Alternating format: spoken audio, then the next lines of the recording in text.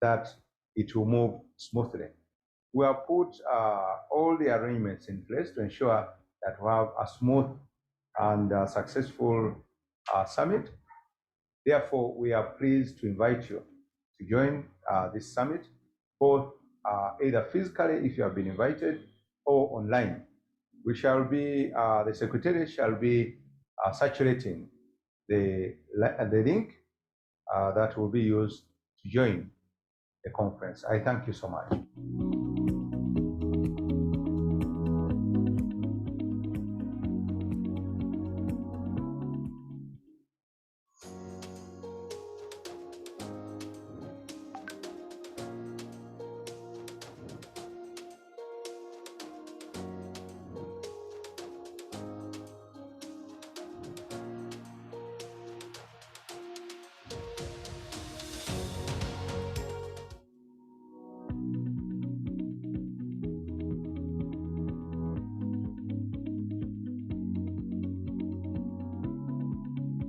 The summit is going to generate policy-oriented action points for implementation and further discussion by the ministries of health.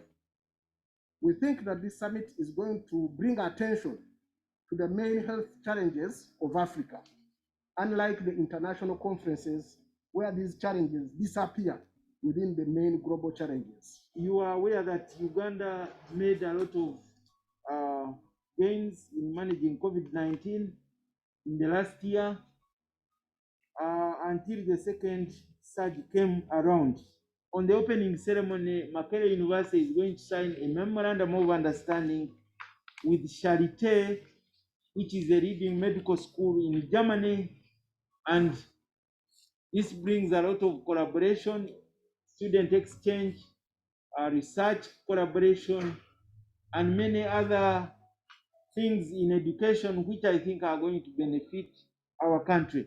With health professionals and other stakeholders in government and the private sector coming together, we are very optimistic that the meeting will help us to think better and work harder to achieve sustainable development goals relating to health, whether directly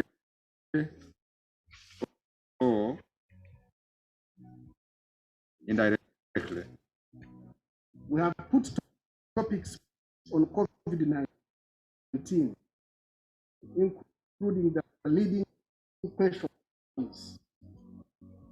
These are questions on vaccine equity, questions of pandemic preparedness, variants, and how to maintain health care and financing for the other diseases, despite the presence of COVID. We also have sessions on critical care. As you know, this has also become a household word, which was not 2 years ago. No one knew about ICU critical care, but is now at the forefront. But we also have other topics. As you know, Africa and Uganda has been experiencing other epidemics. NCDs, non-communicable diseases, one of the battleground epidemics, that will be discussed in several sessions. Other infectious diseases, including Ebola, HIV, and TB. We also have sessions focused on women's health and youth health. Also, we are going to have an exhibition of medical technologies, medical equipment, and other services that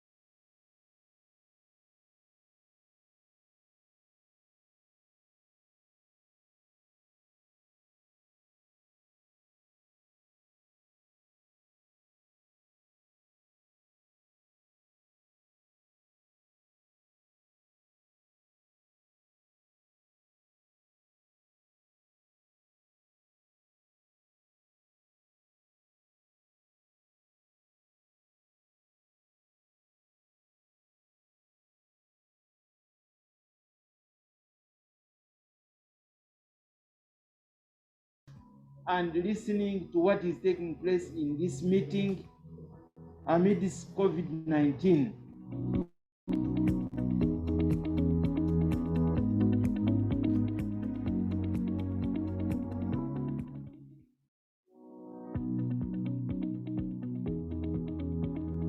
I'm personally going to participate in one session where we shall talk about maintaining essential health services during COVID.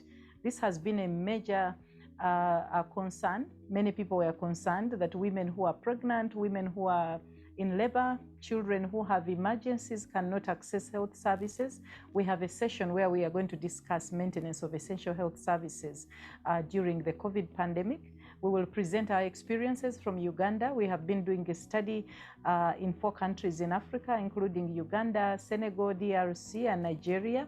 And we'll have an opportunity to explore how these countries have performed and what they have done to ensure that we continue to deliver essential health services even as we respond to the COVID pandemic. We also have several partners from the World Bank, the World Health Organization, who are going to be part of this session. So it's going to be a rich session where we also learn from the rest of the world where these kinds of studies have been done in terms of how we can make sure that health services continue across the board even as we fight the pandemic. So it's an exciting session for us.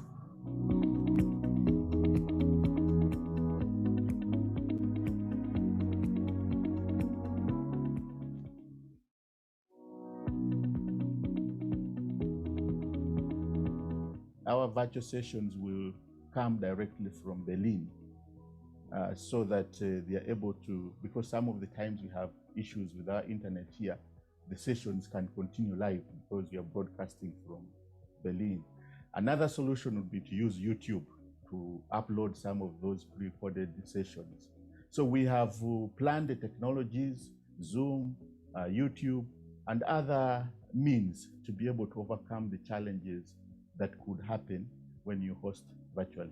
So it's an opportunity, first of all, to inspire our young people that this is what can happen if you become the best in the country. Okay? They can dream, they can see it. Okay? But also hosting very powerful friends.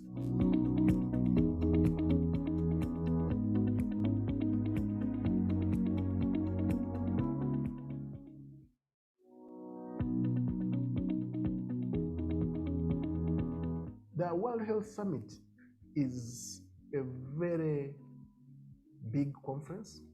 It's a very good platform for advocating for global health. And it happening in Uganda and in Africa at this point in time, during the pandemic, is going to create an opportunity to bring experts all over Africa and other continents to discuss here the issues concerning how to deal with the pandemic. For example, if you look in our detailed program, our first session is pandemic preparedness in the era of COVID-19, discussing COVID-19 alone, but also other pandemics which have happened.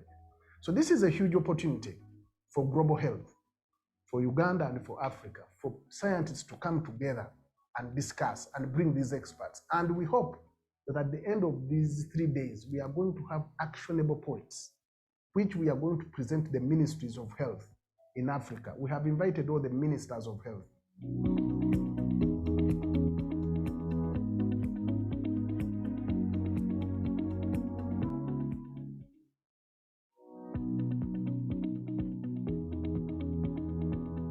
We invite all our partners, other M8 Alliance universities to all log in and join.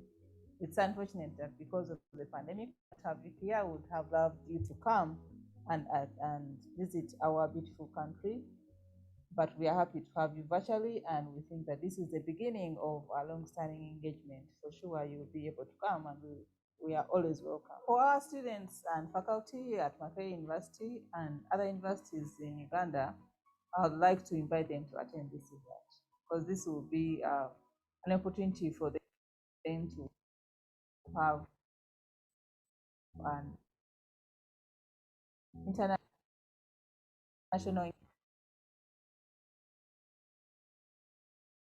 engagement without necessarily is spending money to travel,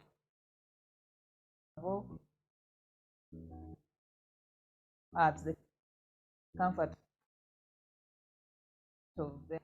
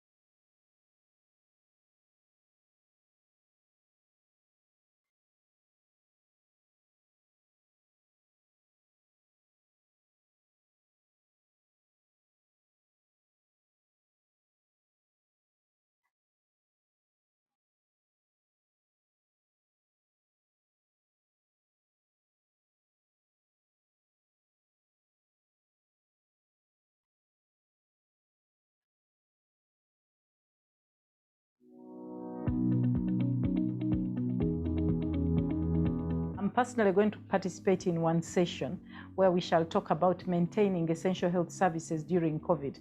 This has been a major concern. Many people were concerned that women who are pregnant, women who are in labor, children who have emergencies cannot access health services.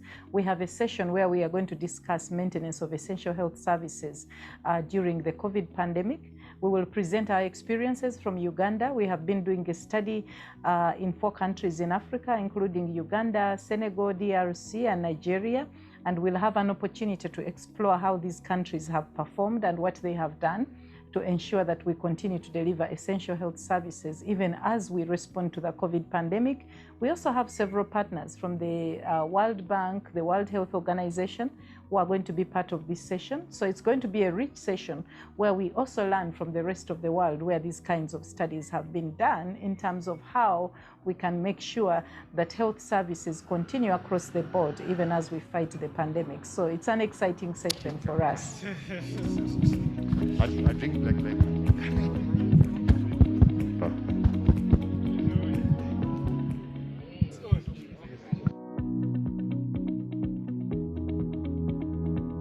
our virtual sessions will come directly from Berlin so that they are able to, because some of the times we have issues with our internet here, the sessions can continue live because you're broadcasting from Berlin. Another solution would be to use YouTube to upload some of those pre-recorded sessions. So we have planned the technologies, Zoom, YouTube, and other means to be able to overcome the challenges that could happen when you host virtually. So it's an opportunity, first of all, to inspire our young people that this is what can happen if you become the best in the country. Okay? They can dream, they can see it. Okay? But also hosting very powerful friends.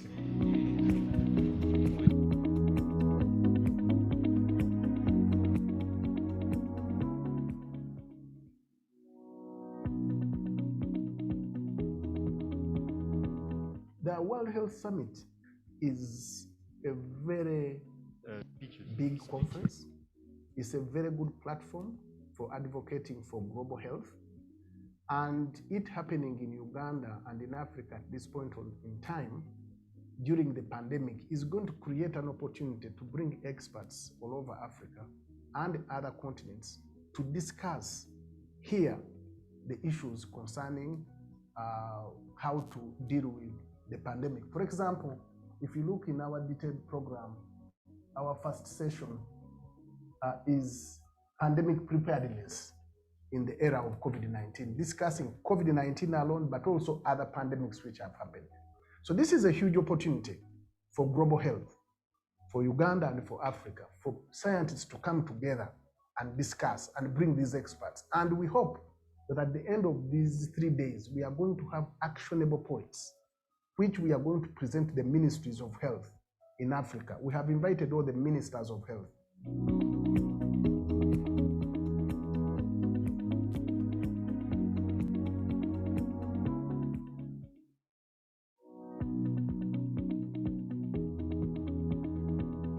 We invite all our partners, other M8 Alliance universities to all log in and join. It's unfortunate that because of the pandemic, we cannot have you here. We would have loved you to come and visit our beautiful country. But we are happy to have you virtually, and we think that this is the beginning of a long-standing engagement. For sure, you will be able to come, and we are always welcome. For our students and faculty at Makerere University and other universities in Uganda, I would like to invite them to attend this event, because this will be an opportunity for them to have an international engagement without necessarily spending money to travel, at the comfort of their homes virtually, to share research on key emerging issues that are current all over the world.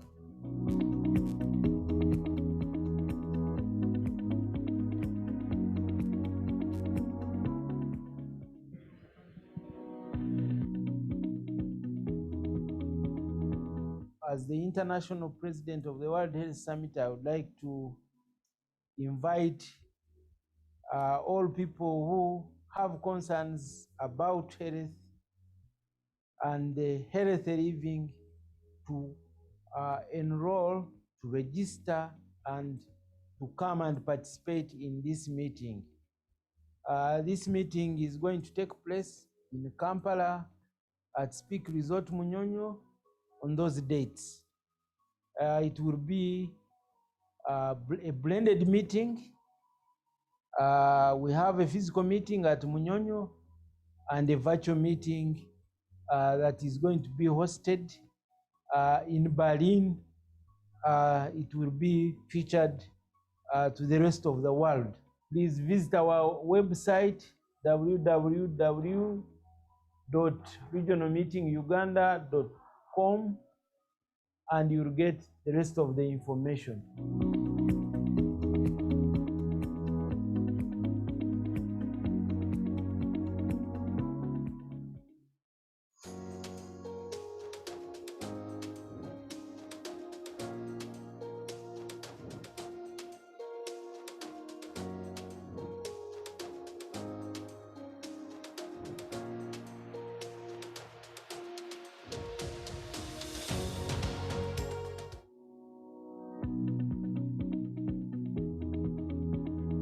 I'm excited to be part of this meeting, although it comes amidst a pandemic when we can't get together and interact with our global partners, but nevertheless, using technology, we can be able to continue and we can engage with them and speak on these critical matters. Health is really important, and at this point, it's not just an issue that we look at as just health. Health is development, it's everything, as we have just seen the experiences during the COVID pandemic. We'll be speaking about COVID itself and how we can bring this pandemic to an end, but also how we can make sure that we continue to provide other essential health services in a sustainable way, and explore how we can prepare better so that we can avert future pandemics such as COVID. That's going to be one of the critical issues. I'm personally going to participate in one session where we shall talk about maintaining essential health services during COVID. This has been a major concern. Many people were concerned that women who are pregnant, women who are In labor, children who have emergencies cannot access health services. We have a session where we are going to discuss maintenance of essential health services during the COVID pandemic. We will present our experiences from Uganda. We have been doing a study in 4 countries in Africa, including Uganda, Senegal, DRC, and Nigeria. And we'll have an opportunity to explore how these countries have performed and what they have done to ensure that we continue to deliver essential health services, even as we respond to the COVID pandemic. We also have several partners from the World Bank, the World Health Organization, who are going to be part of this session. So it's going to be a rich session where we also learn from the rest of the world where these kinds of studies have been done in terms of how we can make sure that health services continue across the board, even as we fight the pandemic. So it's an exciting session for us. I call upon our partners in Africa. This is the first time that this conference is being hosted on the African continent. Colleagues in Uganda, this is our opportunity. We are so privileged to host this conference in Uganda, and we need to take this opportunity to be a part of these discussions. Colleagues in Makerere, Makerere is really, really privileged to be the first university in Africa to host this conference. Please do join and let us put our heads together to discuss the important matters of health.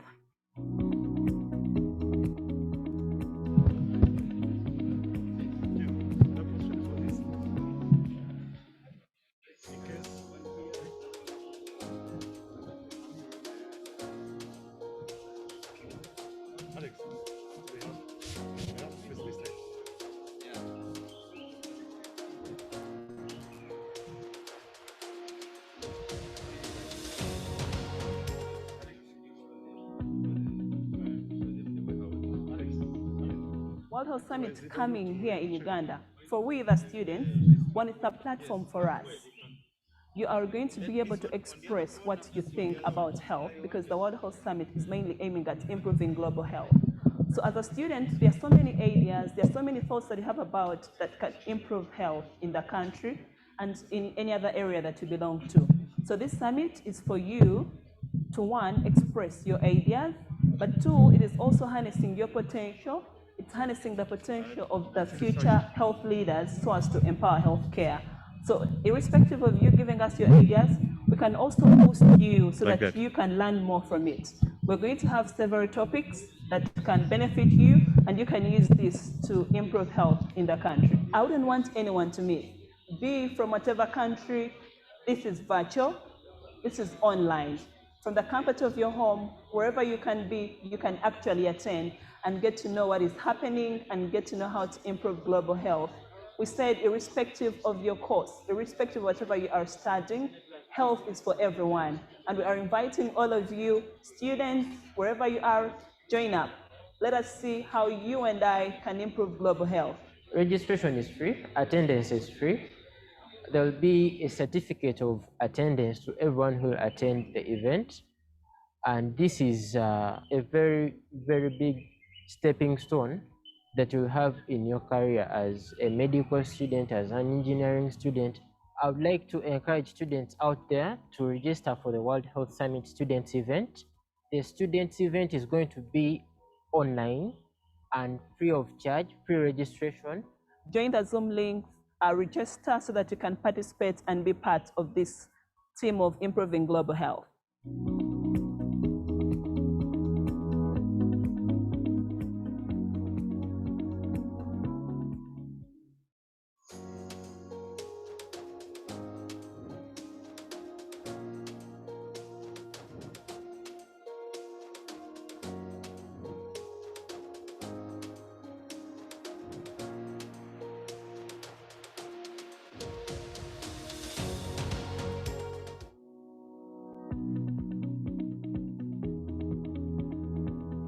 I would like to welcome all of you to the World Health Summit, which is being hosted by Makerere University. The summit is being hosted for the first time on the African continent, and we are very proud to be the hosts this time. I must thank the World Health Summit and the M8 Alliance for choosing Makerere University to host this conference jointly with the Government of Uganda. I want to thank the Government of Uganda for providing the necessary environment to host this conference. The government has been very active in planning the conference, and we expect His Excellency the President, who is very passionate on health issues, to open this conference. He has been a champion on many health issues, including HIV and now the COVID pandemic. We are hosting this conference at a trying time for the whole world. Therefore, we think that this is a very particularly important time to host this conference, where we will be discussing global health issues. And obviously, issues around COVID-19 are likely to take center stage. The conference is mostly virtual, with very little physical presence. But I call upon all the delegates to enjoy the proceedings of this conference. I want to call upon Ugandans particularly, because we are the hosts. We are the hosts of this very important conference, to participate actively in the conference. Since it will be virtual, very many people are able to.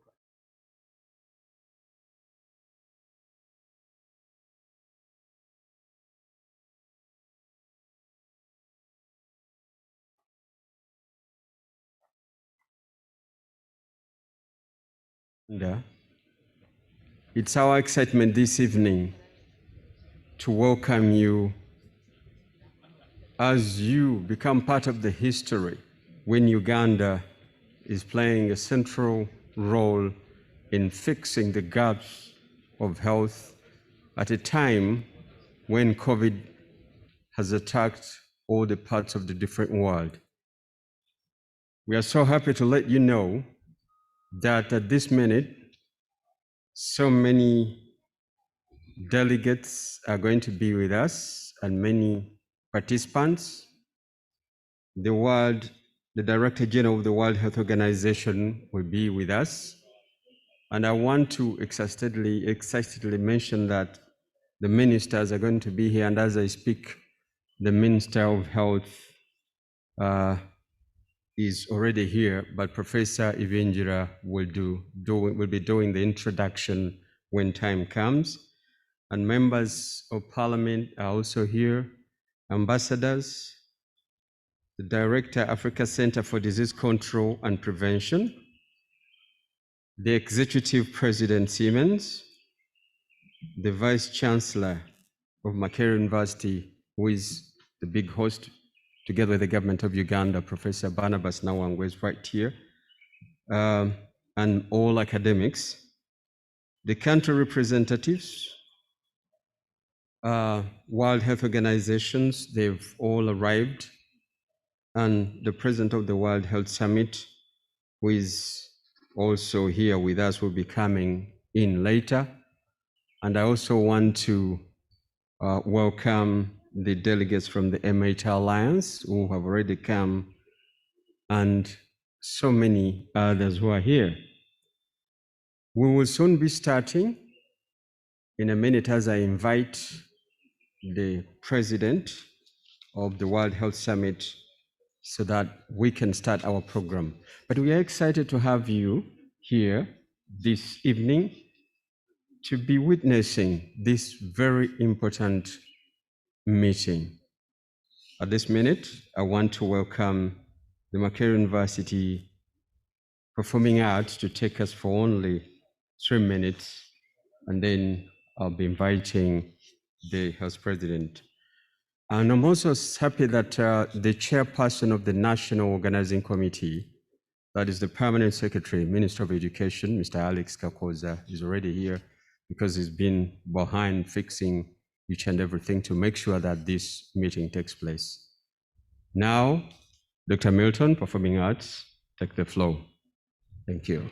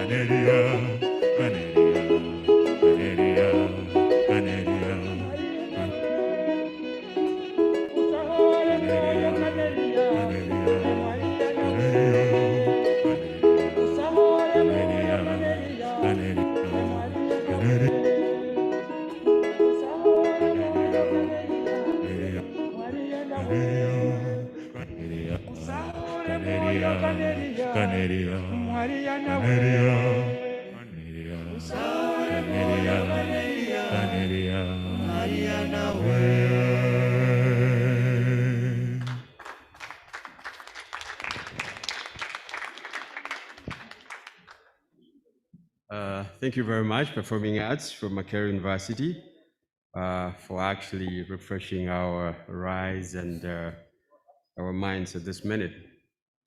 I now take this opportunity and single honor to invite the president of the World Health Summit Regional Meeting, and this is none other than Professor Charles Ivingira, who will take on from here by inviting the principal and many other things. Professor Ivingira.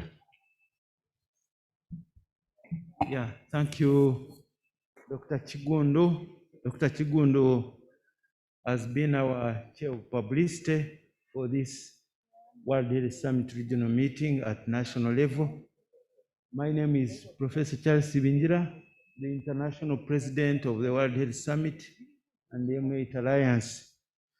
First and foremost, I'm very delighted that this time has come, and I would like to welcome all of you who have taken time and come to this very, very important occasion. We are already working behind time, but I would like to appreciate and recognize the dignitaries who are here. We already have our beloved Honorable Minister of Health, Dr. Jane Acheng. We have the Honorable Minister of Health from Equatorial Guinea. His name is Chu Melang. We also have our Vice Chancellor. Makerere is the host institution. Professor Barnabas Nawangwe is already here.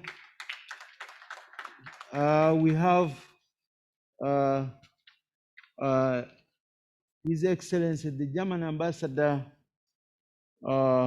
Matthias Schoer is already here. And I'm pleased to welcome members from the M8 Alliance. And here we have the President of the World Health Summit and M8 Alliance, Professor Axel Tree, together with his wife. They are here. You are most welcome. We also have our national organizing chair, who has stood with us through and through, the Permanent Secretary, Minister of Education, Mr. Alex Kakoza. The journey has been long from 2019 to date, and we also have our strong supporter and friend, Mr. Jonas Tegay, the WHO representative in Uganda. You're welcome. We have other delegates from the M8 Alliance, the past international president, Jafarian Ali from Iran, from the University of Iran, and his secretary, Professor Amiros Takian, is also here. We have Mr. Tediz Besgin, a representative from the Embassy of Ethiopia. You are most welcome. And we have the principal, Makerere University College of Health Sciences, Professor Damari Nakanjako, and we are going to be taking you through the program together. Now, the program should be very short, and we don't have many speeches. We shall begin with a prayer, which is going to be led by Professor Damari Nakanjako, and then we shall continue to get remarks from her, because the College of Health Sciences hosts the School of Medicine, and it is the host institution of Makerere University. Then we shall get remarks from the international president, that's myself, and then we go ahead to get opening remarks from the president of the World Health Summit, Professor Axel, and we'll get an opening statement from our Vice Chancellor, Professor Nawangwe. We'll also get a statement online from the Director, Disease Control of the African Union, Dr. John Keng Gasong. And similarly, we'll get remarks from the WHO Regional Director, Dr. Moweti Mashidso. And after that, we'll get some interlude of music. And we hope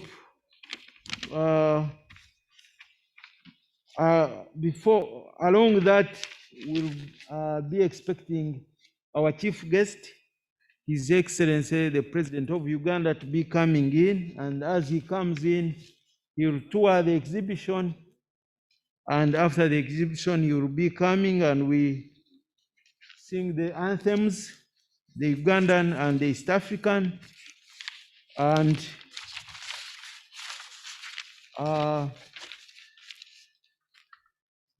then we shall continue with the program. We shall get remarks from the WHO Director, Dr. Tedros Ghebreyesus.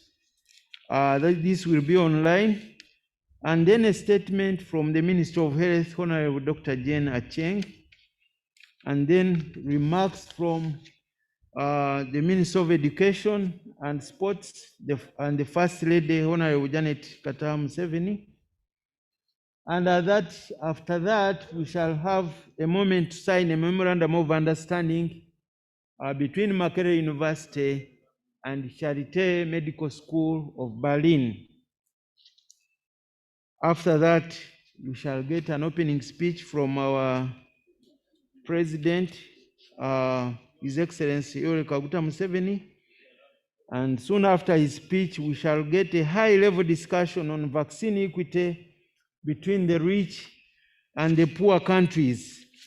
This will be between the Director of the World Health Organization, Dr. Tedros, and His Excellency, the President of the Republic of Uganda. The Ministers of Health who are here will participate in that high-level discussion. And that will mark the opening ceremony. Actually, as the President speaks, he will also declare the 8th World Health Summit Regional Meeting open. And at the end, we shall sing the anthems, and the delegates will be hosted to a dinner. So that's how the program is going to run. And without taking a lot of time, let me invite Professor Damari Nakanjako to lead us into a prayer and then also make her remarks. Thank you very much.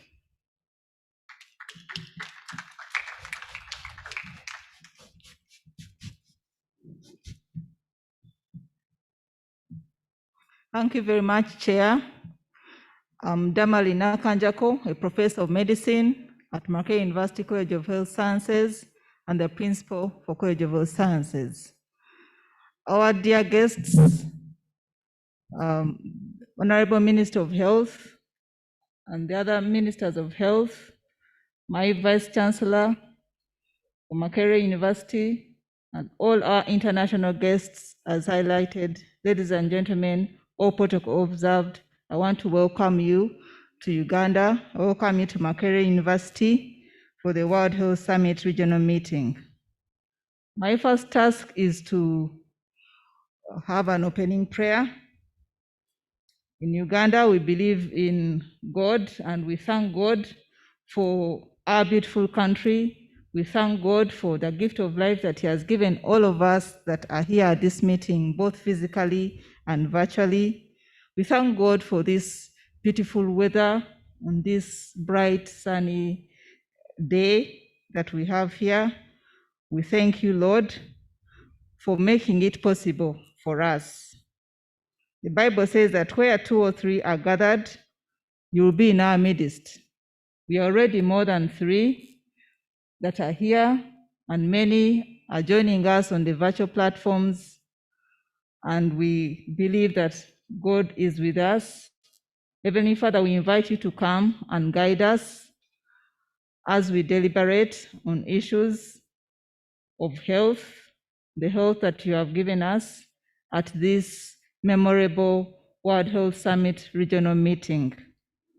We pray that you come and guide us and give us wisdom as we make these important deliberations and declarations in health as we build for the future at Makerere University and for God and our country.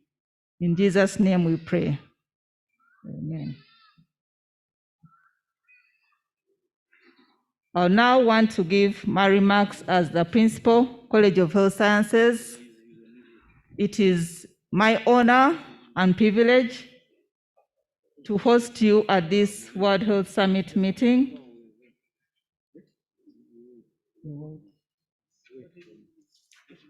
I'm told that our chief guest is coming. So let's receive him.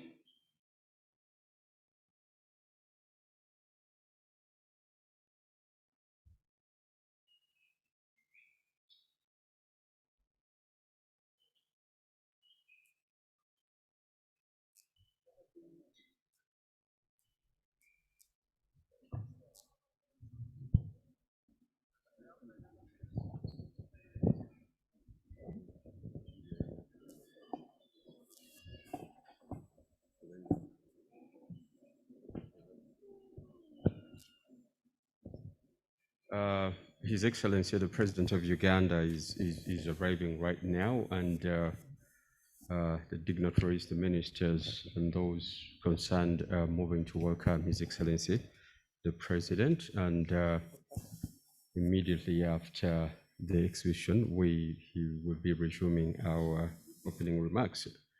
And I think Professor Nakanja will also have the opportunity to give her remarks in the presence of the President as well. So I'll welcome you back when the President has settled. Thank you very much.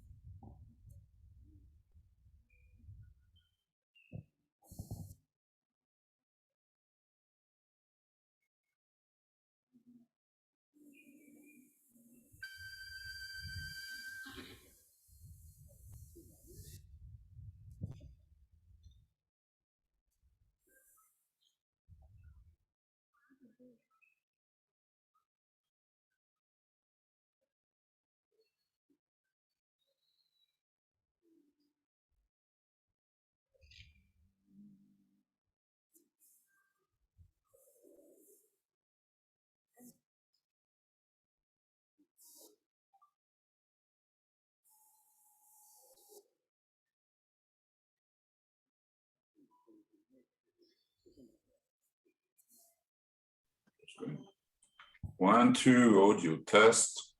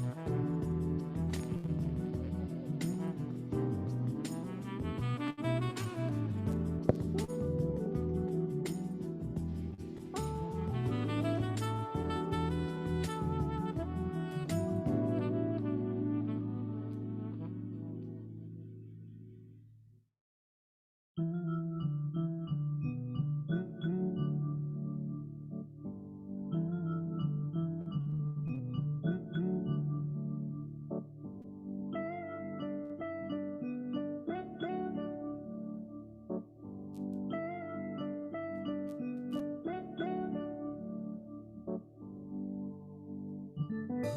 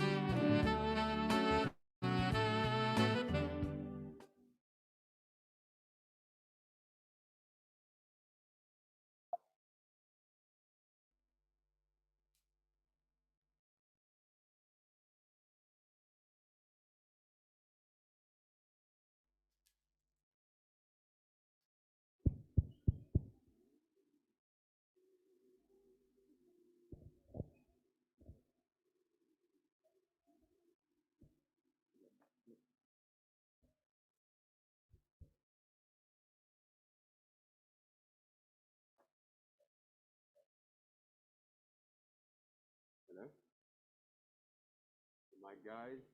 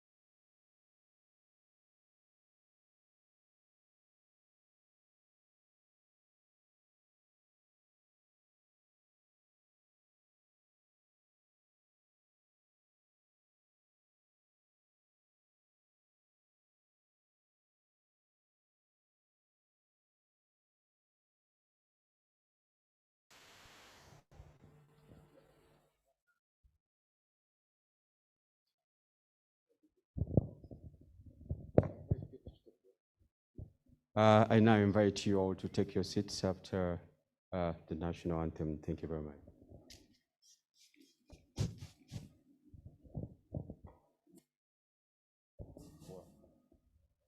Hello, Your Excellency, the President of the Republic of Uganda, General Yoweri Kaguta Museveni. We are so excited this evening to have you here to open a very historical meeting which touches health and which moves across the globe. Your Excellency, you found us at a stage where so many dignitaries have arrived, and among them are the ministers, where we have the Minister of Health, Dr. Ruth Acheng, who is here to receive you. Your Excellency, I also want to mention that Honorable Diosdado Vicente Nsuwe Milang, the Minister of Health from Equatorial Guinea, is also here.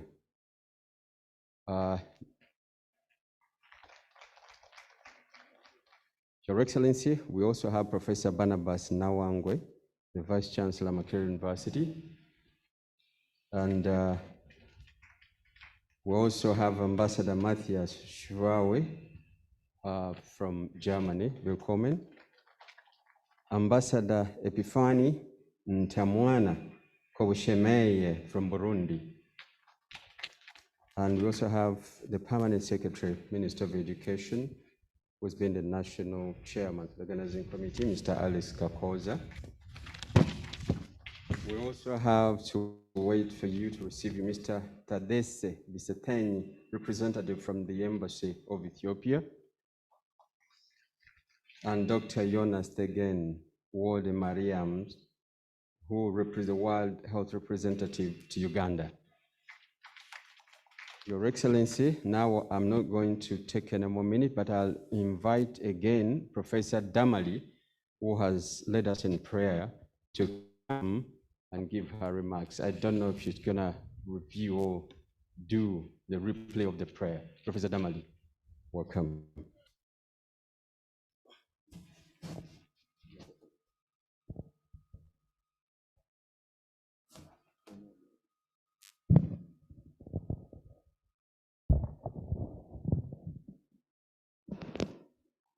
His Excellency, the President of the Republic of Uganda, General Yoweri Kaguta Museveni, and the First Lady, we are honored that you are here at this meeting. All the Ministers of Health present here, led by our Honorable Minister of Health, Dr. Ruth Acheng, all the M8 Alliance members, and the President of the World Health Summit, all our guests, ladies and gentlemen, all protocol observed. I take this opportunity to start off with an opening prayer. Heavenly Father, we thank you for the gift of life that you have given all of us here present, physically and virtually. We thank you for our beautiful country, Uganda, with its beautiful, shiny, and warm afternoon today. We thank you for this day that you have made, that we shall rejoice and be glad in it. The Bible says that where 2 or 3 are gathered, you'll be in our midst. We are already more than 3 here, and even on our virtual platforms. And we invite you to be amidst us and guide us as we deliberate on issues of our health that you have given us, and make important deliberations and declarations at this memorable World Health Summit regional meeting as we build for the future at Makerere University for God and our country. We pray all this in Jesus' name.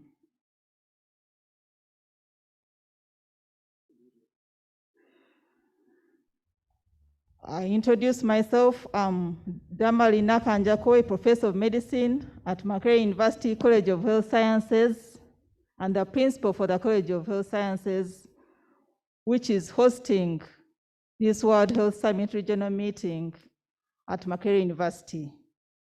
Our Vice Chancellor is here. I want to thank the Government of Uganda through our President, His Excellency, for making this possible, for this meeting to happen, and for honoring us as Makerere University and allowing us to have this meeting, even in this difficult time of the pandemic. His Excellency, I want to assure you that all SOPs for COVID-19 are being observed in this meeting. I now take this opportunity to introduce to you the College of Health Sciences at Makerere University. It has 4 schools. We have the School of Medicine that trains medical doctors and specialists in all the different medical and surgical specialties. The Dean for the School of Medicine is Professor Annette Nachimuli. She's with us virtually. We have the School of Biomedical Sciences, which trains all scientists that support the medical profession, laboratory scientists, biomedical scientists, the ones that do molecular biology, immunology, and the dean for that school is Professor Moses Jolova. He's right here for recognition. Please stand up.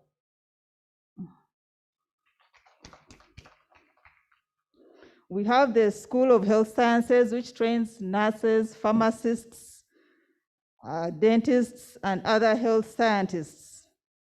The dean is Dr. Chitutu. He's also here. Please stand up for recognition. We have the School of Public Health, which trains all our public health specialists. These are the people that are training communities in disease and control. The dean is Professor Rhoda Wanyenze. She's with us virtually.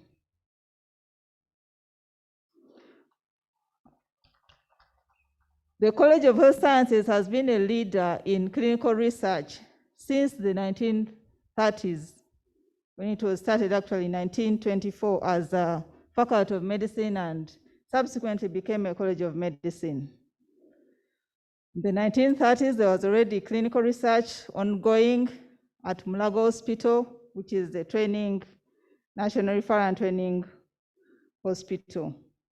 In 1956, these are some of the landmark researches that have come out to support our communities. In 1956, we had Burkitt's lymphoma discovered as a tumor affecting children. It was the first time it was discovered in Africa, in Uganda. And since then, a lot of research has gone on to improve the care of this tumor and other malignancies. And this is what came up to develop the Cancer Institute in Uganda. In 1971, we had scientists at Makerere University develop another innovation of the Bururi ulcer, which is an ulcer affecting children in Uganda, mainly caused by tuberculosis. And since then, a lot of advances have also been made in the treatment of tuberculosis and other forms of TB. In 1985, scientists at Makerere University also developed, discovered and reported for the first time Lyme disease in Uganda. Scientists from Makerere University in 1985. And since then, a lot of advances have been made in the response to the HIV epidemic, and all of these have been led by the government of Uganda. In 1997, again, scientists at Makerere University led the discovery of a single-dose drug, nevirapine, that reduced dramatically the transmission of HIV to unborn babies among pregnant mothers. Again, this was a landmark, and following this, a lot of other researches have been improved to the extent that transmission of HIV to unborn babies has reduced to less than 2%. And several innovations have been made in the response of the HIV pandemic. And through this, we have developed highly specialized human capacity and infrastructure for research and care, and several innovations. And these have set the stage to the great national response to the COVID-19 pandemic that is currently going on. Makerere University scientists continue to lead in the response to this HIV pandemic, to the COVID-19 pandemic. We also want to express special thanks to the Government of Uganda for supporting research in response to the COVID-19 pandemic through the Makerere Research and Innovation Fund. This fund has been Government of Uganda fund to support researchers at Makerere University to develop innovations in laboratory infrastructure, COVID-19 testing and treatment, conducting clinical trials to generate local evidence for Uganda. And through this, many innovations have been made, including rapid testing kits, tissue biobank to support transplant medicine, virtual reality training of health workers, training virtually without coming together to expose themselves to the infection. Part of the Bulamu ventilator that has been developed by Makerere University scientists in collaboration with the Technology College, and many others are going on to develop capacity for vaccine development. And our aim as the College of Health Sciences is to train local scientists that will be able to make local innovations for local use. And our next mandate is to transform all these innovations into industry and production so that we can produce what can be used here to develop the local capacity. Mr. President, the World Health Summit provides for us a special opportunity for our scientists to present these innovations and share their experiences to members globally in this virtual meeting. And it sets a stage for international collaborations in training, research, and healthcare to improve the health of our country. Today, we know that what happens in Uganda is important globally, and the innovations we make in Uganda are of global importance. It is therefore because of this that I welcome you and thank you very much for honoring us for this meeting. I thank the Government of Uganda, Makerere University, and all our international partners for making this possible. I want to welcome you for this meeting. Please, you're welcome to Uganda. You're welcome to Makerere. You're welcome for this virtual meeting. Thank you very much.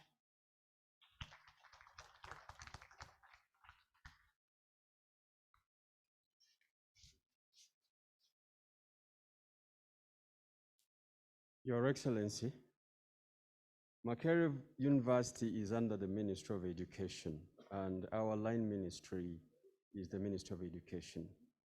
And Your Excellency, at this juncture, I want to happily introduce to you our Minister of Education, Honorable Mama Janet Kataha Museveni, who is with us right here.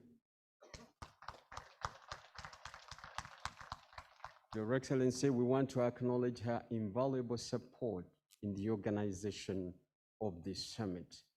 We want to say with the organizing committee that she has guided so well, and more especially at times when her guidance would come to us, sometimes through the permanent secretary, Mr. Alex Kakoza, who's been the chair. Mama, thank you very much.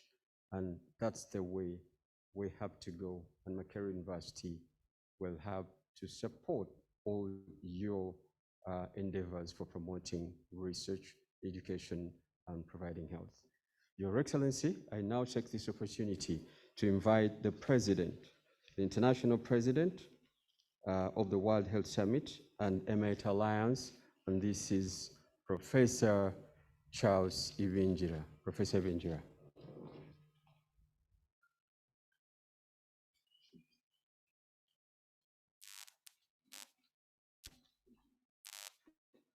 Thank you, MC. Your Excellency, the President of the Republic of Uganda, and the First Lady and Minister of Education and Sports, Mama Janet Kataha Museveni, I must say I'm extremely glad to welcome you to this very important meeting that is happening here in Uganda. I also would like to welcome all our dignitaries, all our invited guests, and all officials from the government of Uganda, respecting all protocol. I take this honor to welcome all our guests. We have guests who are participating with us now virtually. They are not with us because of the COVID pandemic.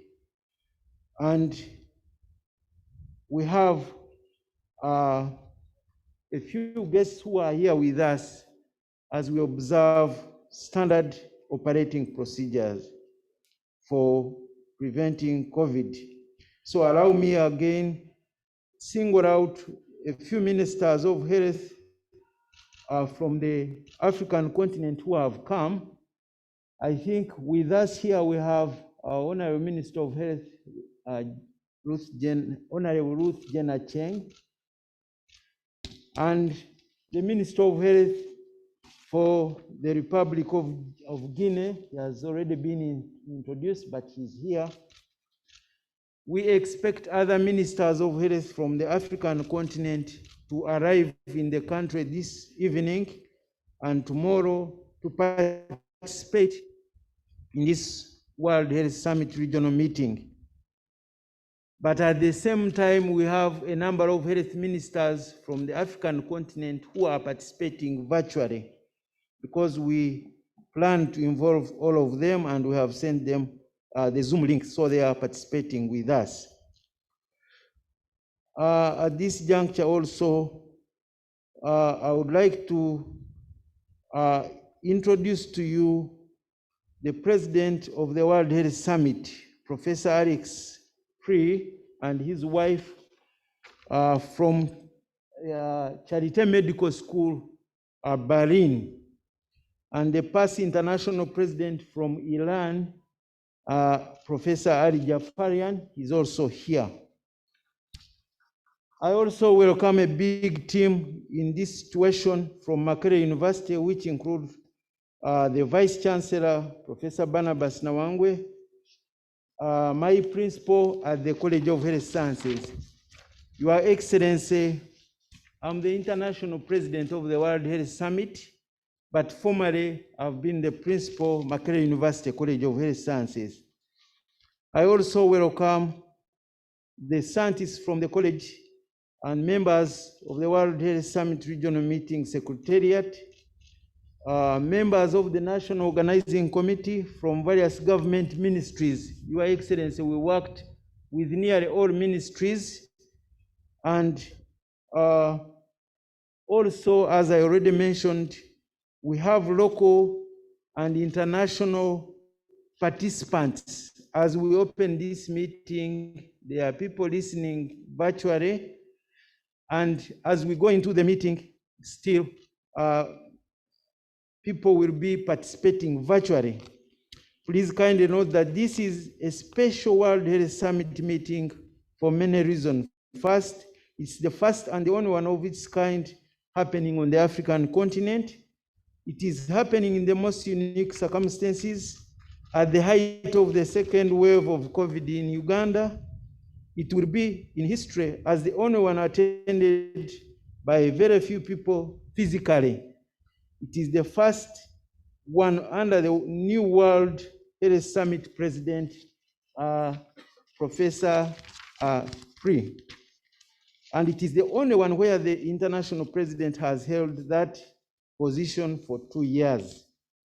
Your Excellency and dear invited guests, participants, and all involved, we are at the height of the second wave of the COVID-19 pandemic in Uganda, and at this meeting, strictly, we observe the Ministry of Health COVID-19 SOPs and the national guidelines. And during our arrangement, I promise that we would adhere to those guidelines. This is why we are extremely few and keeping a social distance, even when all of us in this tent and around were tested, and many of us are actually immunized. Science has showed that COVID-19 is an airborne disease and can easily spread by air, but also there are many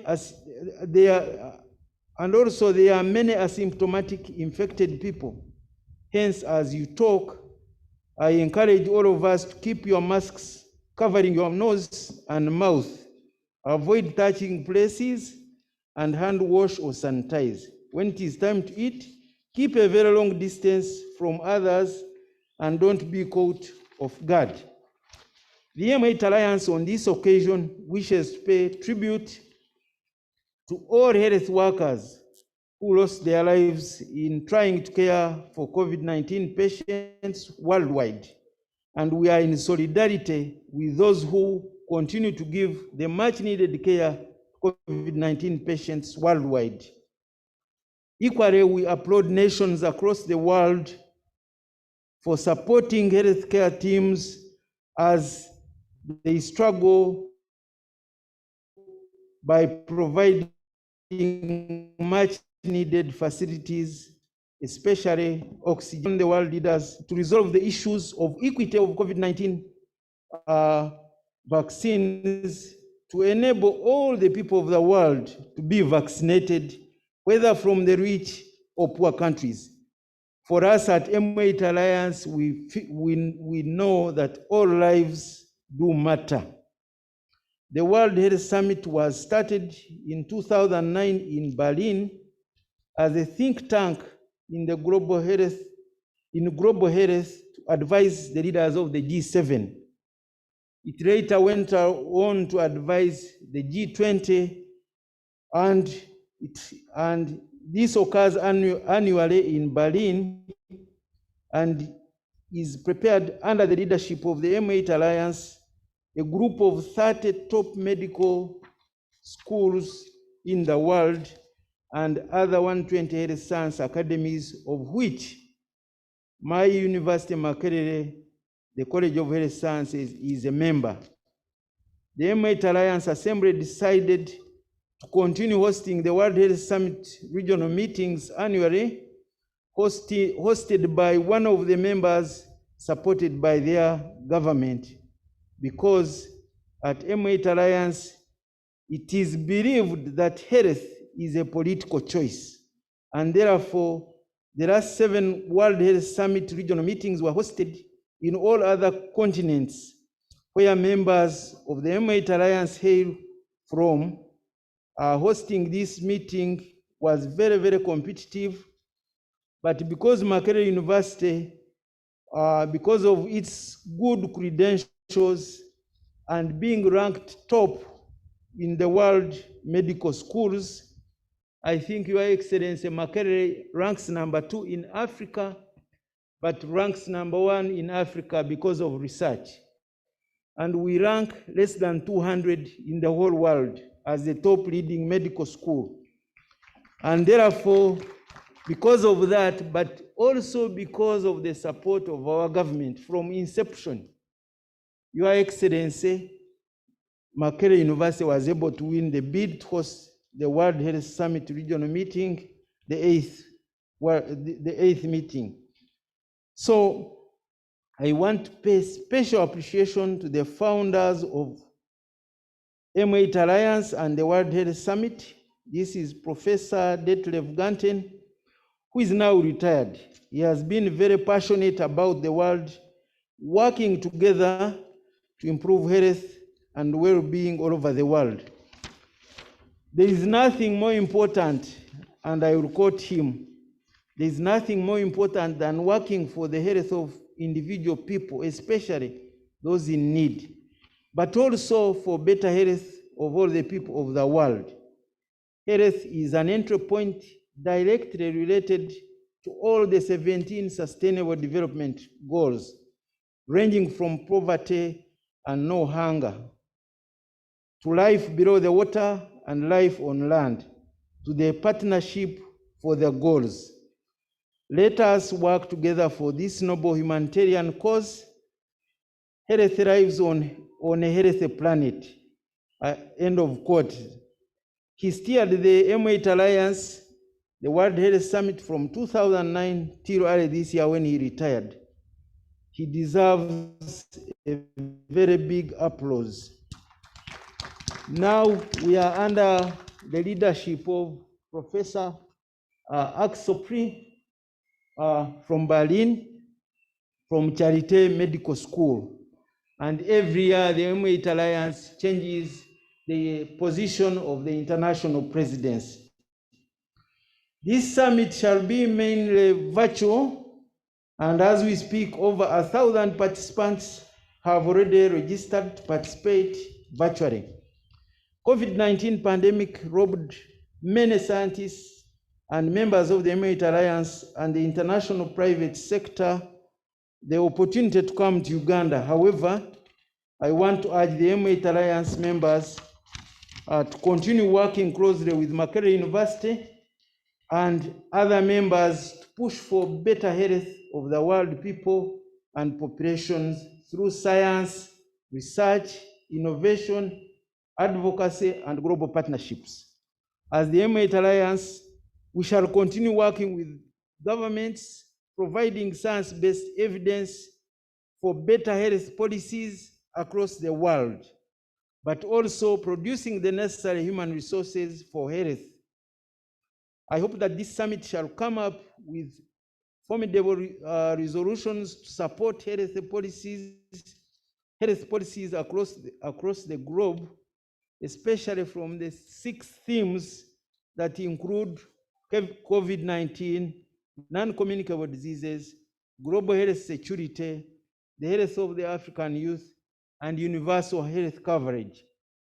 Your Excellency, for our people here, the summit will enable our scientists to showcase the various research findings in their various fields of health and healthcare expertise, and also contribute to the global health knowledge, and the outcomes and resolutions shall constitute the Kampala Accord for the World Health Summit regional meeting. Your Excellency and dear countrymen, all our participants, virtual and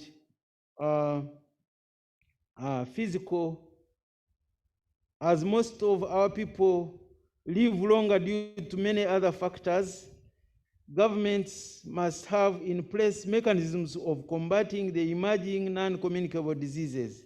This will ensure good health of the middle-aged members of the population and limit the impact of diabetes, cancer, heart diseases, mental health, and so on.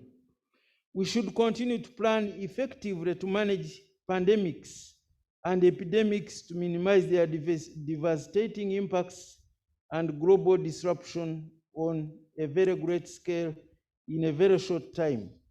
We have vivid lessons through Ebola and the current COVID-19 that has caused untold suffering.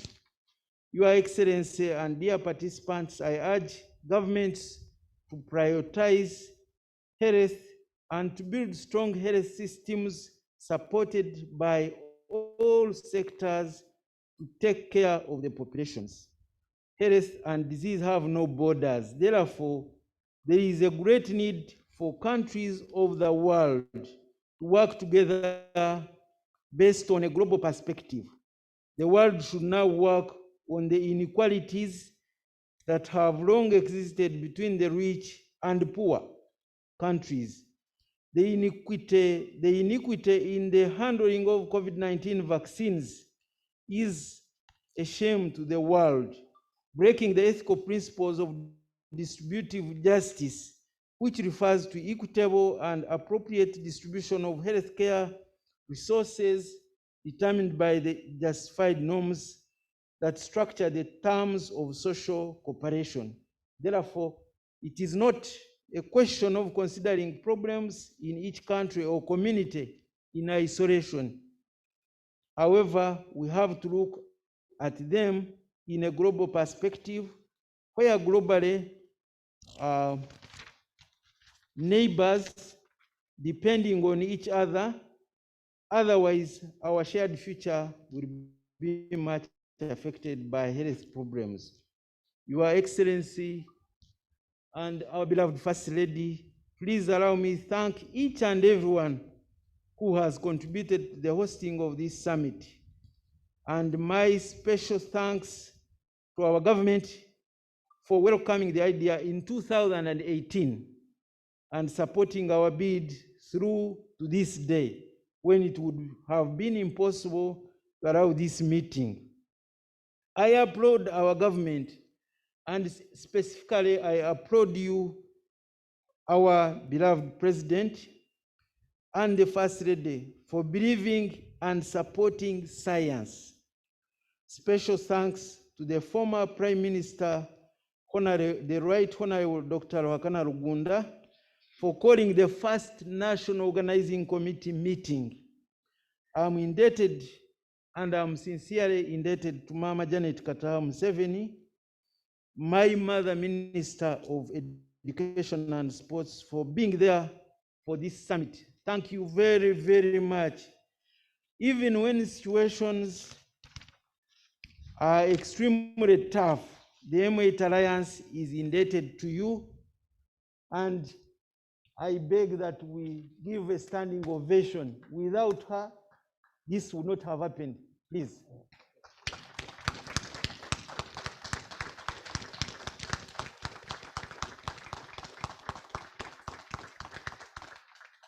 However, Ma'am, I would like to assure you that we strictly adhered to the standard operating procedures as I promised. Makerere University, I would like to thank our Vice Chancellor.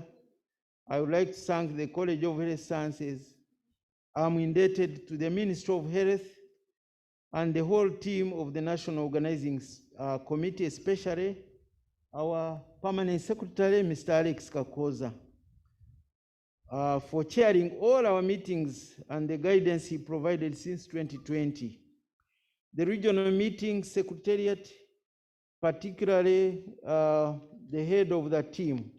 Also, I want to acknowledge Professor Maswa, who worked with me side by side from 2018 to date.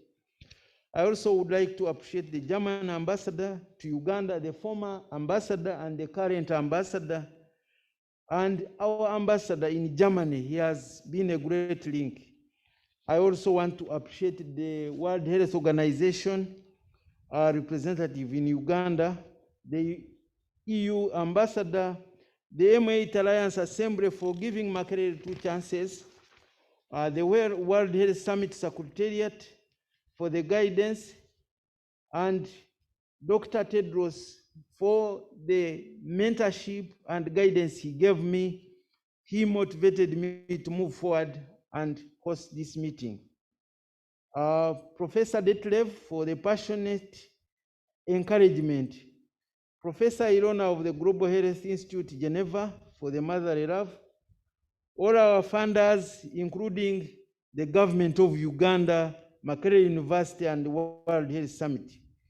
Various committee chairs, and Your Excellency, allow me single out a few, and I would like to appreciate our Chair of Finance, Professor Tony Oyana, the Principal of College of Computing, Dr. Bruce Chirenga, where are you?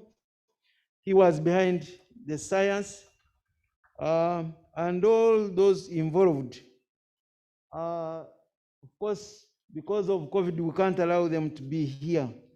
I humbly applaud and appreciate all the speakers. This meeting will have 230 high-level speakers and experts in health, including ministers of health from the African continent. Also the hotel.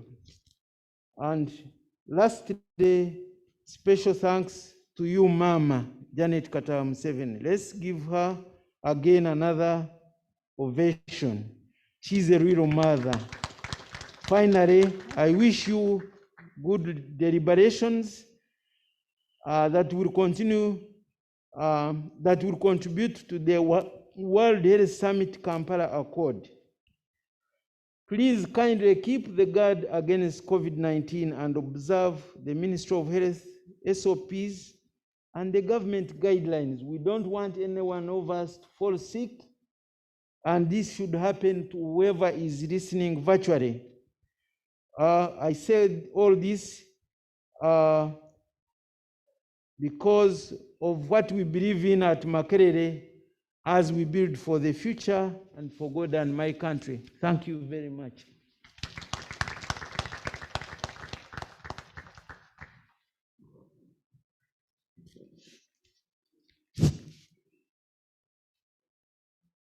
Thank you very much, Professor Hivinjira.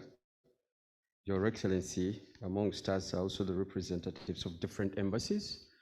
And we have Mr. Akbar Horamik, a representative of Iran Embassy, is right here with us.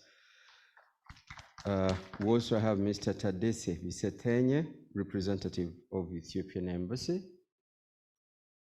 We also have Mr. Katoto Christian, representative of République Démocratique du Congo. And then we also have Mr. Rojo Jerome Andebayo, representative of Nigerian Embassy. And finally, Mr. Santiago Juvenal Esono Bioko and Ms. Malagorosa Michelle Chama, representatives of the Embassy of Equatorial Guinea. Your Excellency, I now take this single honor to invite Professor Axel Arprus, and he's the president of the Emirate Alliance and Dean Charité from Germany. Professor Axel.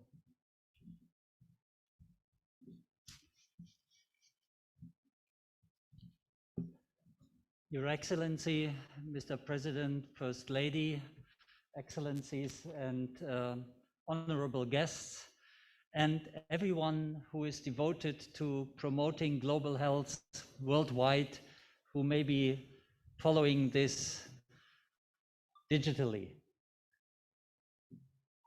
We are living in a crisis, and it's a global crisis. It's a crisis of health, and health, again, is a universal right and necessity for a good life. And crises seem to highlight good things and more problematic things. And we already heard a number of very good things, but I would like to add more of those. The international scientific community has worked together during this crisis in a way which we didn't see for a very long time. And this was also very strong in the M8 alliance and led to the fact, which Charles Ibingira just alluded to, that he was and will be the only international president ever, and probably, hopefully forever, who stayed there or had to stay there 2 years. And this was possible also by the courtesy of other people in this family of the World Health Summit and the M8 Alliance, making quite clear that a meeting in Uganda, here in Kampala and by Makerere University, is of extreme importance and must be held no matter what the environmental conditions are. So the international cooperation of scientists showed that a crisis can bring up good things in people and good solutions to very severe problems. But on the other hand, the crisis also shed a very strong light on deficiencies of our international interactions and on the mechanisms in international cooperation when you look at the distribution of vaccines all over the world. Coming from Germany, I must say that I feel it's a shame I cannot really understand that in wealthy countries, the discussion in the media is focusing on the question, how much of the available vaccines can we secure for our own population? Our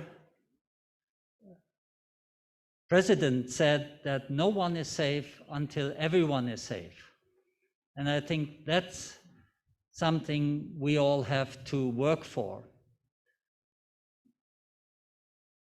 We should learn from this crisis that we need better mechanisms to make sure that not only the viruses consider the world as one space, but also we consider the world as one space for people.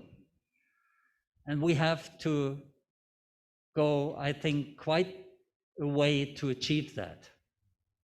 But on the other hand, a crisis like this, highlighting such deficiencies, give also the chance to address these deficiencies. And that's what this conference does. And therefore, I think it is extremely timely in this crisis that this conference is actually held just here in Uganda, in Africa, and that we will all try to come up with mechanisms and solutions for the problem which was so badly highlighted by the COVID crisis. It wouldn't be so relevant if it would be just one crisis, one virus, one event which we just have to survive one way or the other, and then everything is like it was before. It is a chance to see problems which are around, which are lingering, which are there for a long time. And it's also a chance to see problems which may come in the future and to really work together to make the world a better place with respect to health at least, but hopefully also with respect to other items. And I'm very proud to present together with Charles the M8 Alliance here, because the M8 Alliance is a group which is built on trust, mutual trust, transparency, openness, scientific approach, and even friendship. And with that, I would like to end with a motto: let's work together for better global health. Thank you.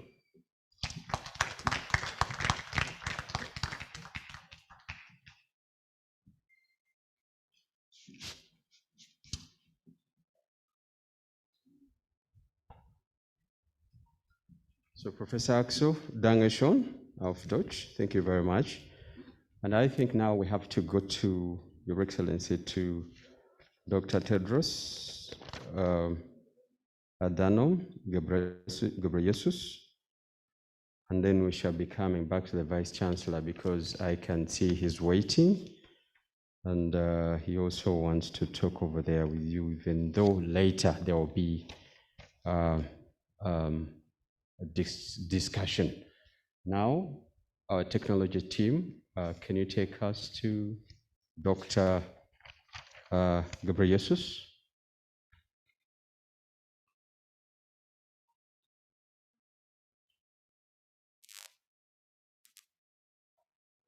Dr. Mayende?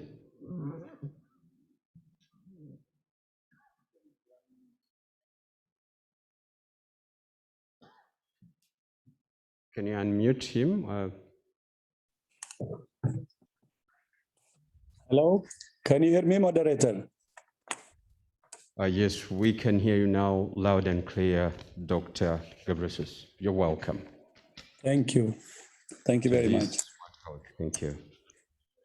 Your Excellency, President Yoweri Kaguta Museveni, Your Excellency, First Lady Janet Kataha Museveni, Your Excellency, Minister Jane Ruth Akeng, Your Excellency, Minister Diosdado Vicente Milang, Professor Barnabas Nawenge, Vice Chancellor, Professor Charles Ibingira.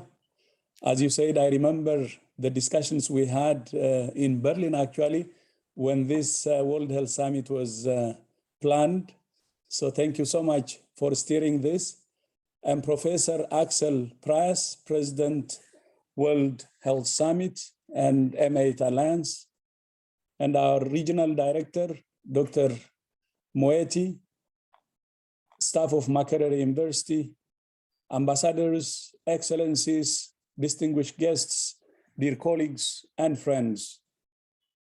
I would especially like to thank the Republic of Uganda and His Excellency the President for hosting this regional meeting of the World Health Summit and for the honor of inviting me to speak with you today. Globally, newly reported cases of COVID-19 have now declined for 8 weeks in a row, and deaths have declined for 7 weeks in a row.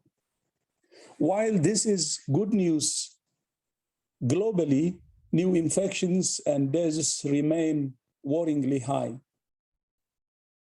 As you know, high-income countries have been able to vaccinate large portions of their populations and started to ease public health and social measures.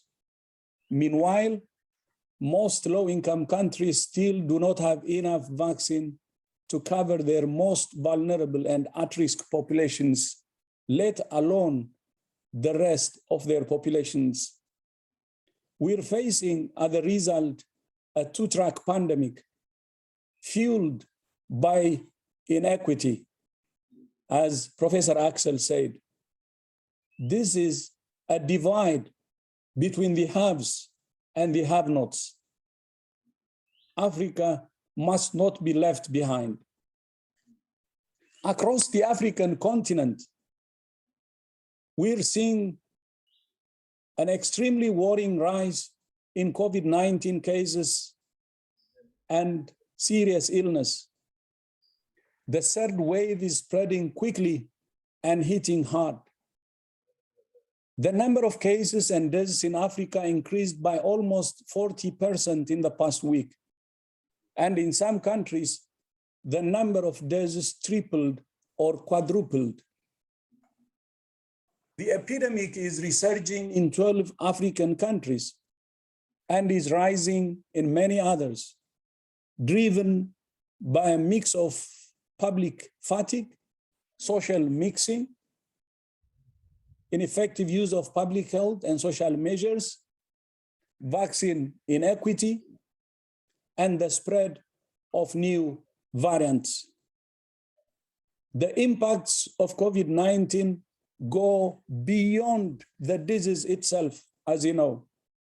Nearly every country in our continent reports disruptions to essential health services. With the support of the Access to COVID-19 Tools Accelerator and COVAX, 47 countries in the African continent have started vaccinating. However, the volumes of vaccines are nowhere near enough. So far, Africa has administered just over 45 million doses, or 1.6% of the global total. And this is tragic. WHO, through the COVAX Manufacturing Task Force and the ACT Accelerator Facilitation Council Vaccine Manufacturing Working Group, is working day in and day out to urgently increase the production and equitable distribution of vaccines. WHO is also working with the African Union, Africa CDC, to establish the Africa Medicines Agency and to build a strong regulatory institution for Africa. More than anything else, the pandemic has demonstrated that health is not a luxury item or simply an outcome of development. It is a human right and a prerequisite for social and economic development and stability. Because progress on non-communicable diseases is also stalling, particularly in low-income countries, WHO is developing an implementation roadmap for 2023-2030 in support of the prevention and control of NCDs. A further challenge and opportunity comes from Africa's status as the world's youngest continent, with almost 60% of the population under the age of 25. It's therefore critical that young people be involved in shaping a healthy future. Investments in our young people's health and well-being is the foundation for peaceful and prosperous communities. Your Excellencies, in closing, let me leave you with 3 priority areas. First is vaccine equity, and that means sharing vaccines now and also investing in local production. If countries immediately share doses with COVAX, and if manufacturers prioritize COVAX orders, we can vaccinate at least 10% of the population of every country by September, and at least 40% by the end of the year. Dose sharing must happen immediately to fill an urgent supply gap. We need an additional 250 million doses by September. And with the 100 million in June and July. Vaccine equity is the best way to control the pandemic and reboot the global economy. We also need the sharing of know-how, technology, and licenses, and the waiving of intellectual property rights. And Africa should support the waiver of intellectual property rights. The pandemic has demonstrated that Africa cannot rely solely on imports of vaccines from the rest of the world. We must build that capacity through local and regional manufacturing, not only for COVID-19 vaccines, but for other vaccines and medical products. Second, prevention. Vaccines alone will not end this pandemic. The same public health measures that have been the bedrock of the continental strategy must remain central to the response. It's through public health measures that Africa did better until recently. That means strengthened surveillance, increased testing, careful contact tracing, supported quarantine, and compassionate care. And it means empowering and engaging communities to continue with the individual precautions that we know work. Physical distancing, avoiding crowds, wearing masks, cleaning hands, and opening windows. And third, preparedness. We must all learn the lessons the pandemic is teaching us and do everything we can to prepare for, prevent, detect, and respond rapidly to future epidemics and pandemics. There is no global health security without local health security. At the recent World Health Assembly, WHO member states agreed to hold a special session of the World Health Assembly in November to consider the proposal for a pandemic treaty. A treaty would foster improved sharing, trust, and accountability, and help strengthen national, regional, and global capacities for global health security. We hope that such a treaty would have the support of African countries. Finally, let me add that at the core of all of our efforts to support countries is universal health coverage based on strong primary health care, which is the cornerstone of social, economic, and political stability. Your Excellency, again, President Museveni, thank you so much for blessing this meeting with your presence. Thank you so much for your leadership. Asante sana. Thank you.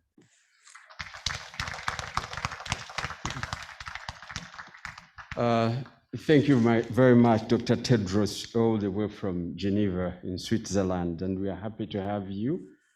Thank you for the opening remarks, and we'll get back to you at the time when there will be a high-level discussion on vaccine equity between the rich and developing countries with His Excellency, the President. Thank you very much. Your Excellency, sometimes people call MC Master of Ceremony, but the reality is this is a mental case. And for that matter, I'm cutting down the program as will be. I now take this opportunity to invite the German ambassador, His Excellency German ambassador to Uganda, Matthias Schauer, to give your remarks.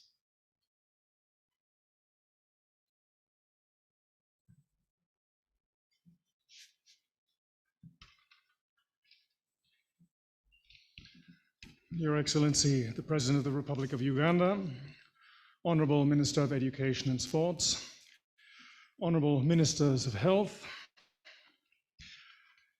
dear Vice Chancellor of Makerere University, dear President of the World Health Summit, dear International President of the World Health Summit, dear Principal of the College of Health Sciences at Makerere University, dear Country Director of WHO, honored guests, national and international, present here and online. I'm very grateful for the opportunity to be able to speak to you here today.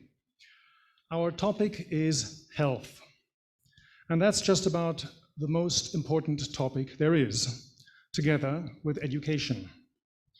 Because without health, you're not doing anything. Without education, you're not really going anywhere. I've observed that the older people get, the more they appreciate the fact how precious health is. It is a gift. It is something you cannot buy.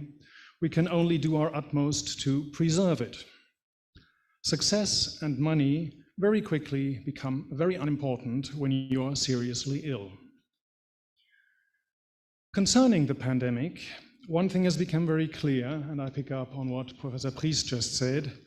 If we are not able to defeat this virus globally, we will not defeat it. What does that mean? It means we need to join forces. ACTA and its COVAX facility are a decisive multilateral effort designed so that everyone in the world can have fair and equitable access to safe, affordable, and effective vaccines, therapeutics, and diagnostics against COVID-19. Up until now, Germany has contributed 2.2 billion euros to these efforts. Distribution of life-saving vaccines is not about dispensing political favors or getting good publicity. It must be based solely on need. This is why, by the end of this year, Germany will also have shared at least 30 million doses of vaccines with developing countries. We emphasize the latest announcements of the G7 to provide at least 2 billion vaccine doses, primarily through COVAX. Furthermore, Germany strongly supports international efforts to increase vaccine production in the global south, particularly on the African continent. The fight against the pandemic is not only about vaccines, but also about diagnostics, therapeutics, medical material, and technical expertise. In this regard, Germany has sent ventilators, masks, test kits, and medical and technical experts to particularly affected regions and countries, also to Uganda.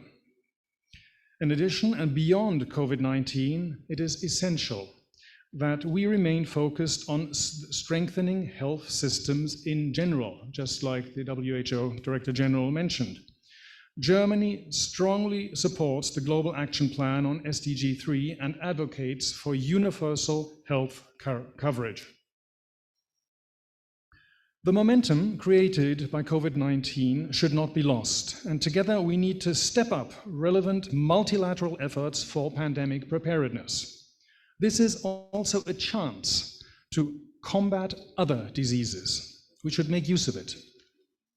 Germany sees WHO at the core of the global health architecture and supports the proposal for a pandemic treaty in order to build reliable and sustainable structures for pandemic preparedness and response in the future. Strengthening the WHO and the international health regulations must be at the core of this endeavor. I'd like to raise another point that this pandemic has shown us. Human health, animal health, and the environment are closely connected. If we neglect animal health and the environment, we will pay a price for that with our own health. We therefore appreciate the collaboration between the relevant UN bodies in this regard, as well as the establishment of the One Health high-level expert panel. Looking ahead, we need to learn from this challenge and focus now on what is essential by joining our efforts and promoting international cooperation and solidarity. Science, politics, private sector, and civil society need to work together to ensure the best possible results. That has always been the aim of the World Health Summit. This multi-sectoral approach is more timely and relevant than ever before. I'm very happy to see that this regional World Health Summit is being hosted in an African country for the very first time ever. It is a great opportunity to share our knowledge and develop ideas for future supra-regional involvement and to strengthen the African role in global health. Thank you very much.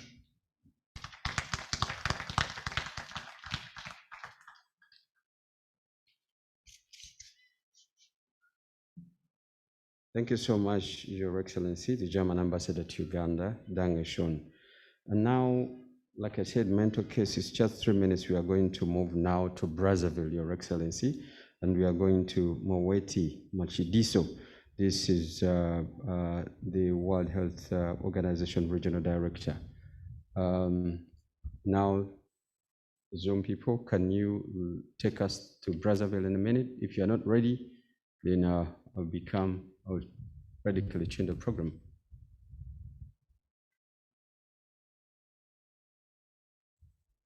Godfrey?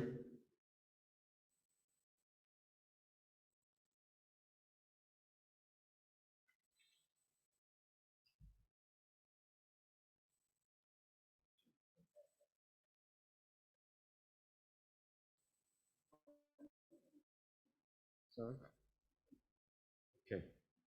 Sorry, so we've not been able to take a flight to Brazzaville.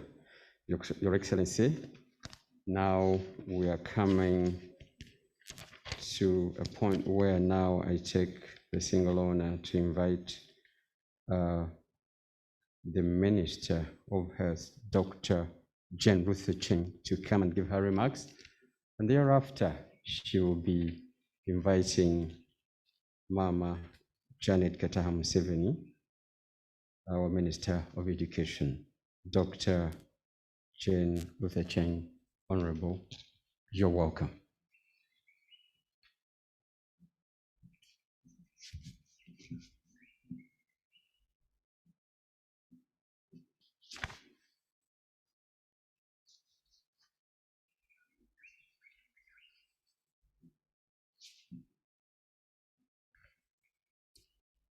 Your Excellency, the President of the Republic of Uganda, Yoweri Kaguta Museveni, and Mama, the First Lady and Minister for Education, the Director General of the World Health Organization, honorable members of Parliament, Your Excellencies, Ambassadors and High Commissioners, the Director, African Centers for Disease Control and Prevention,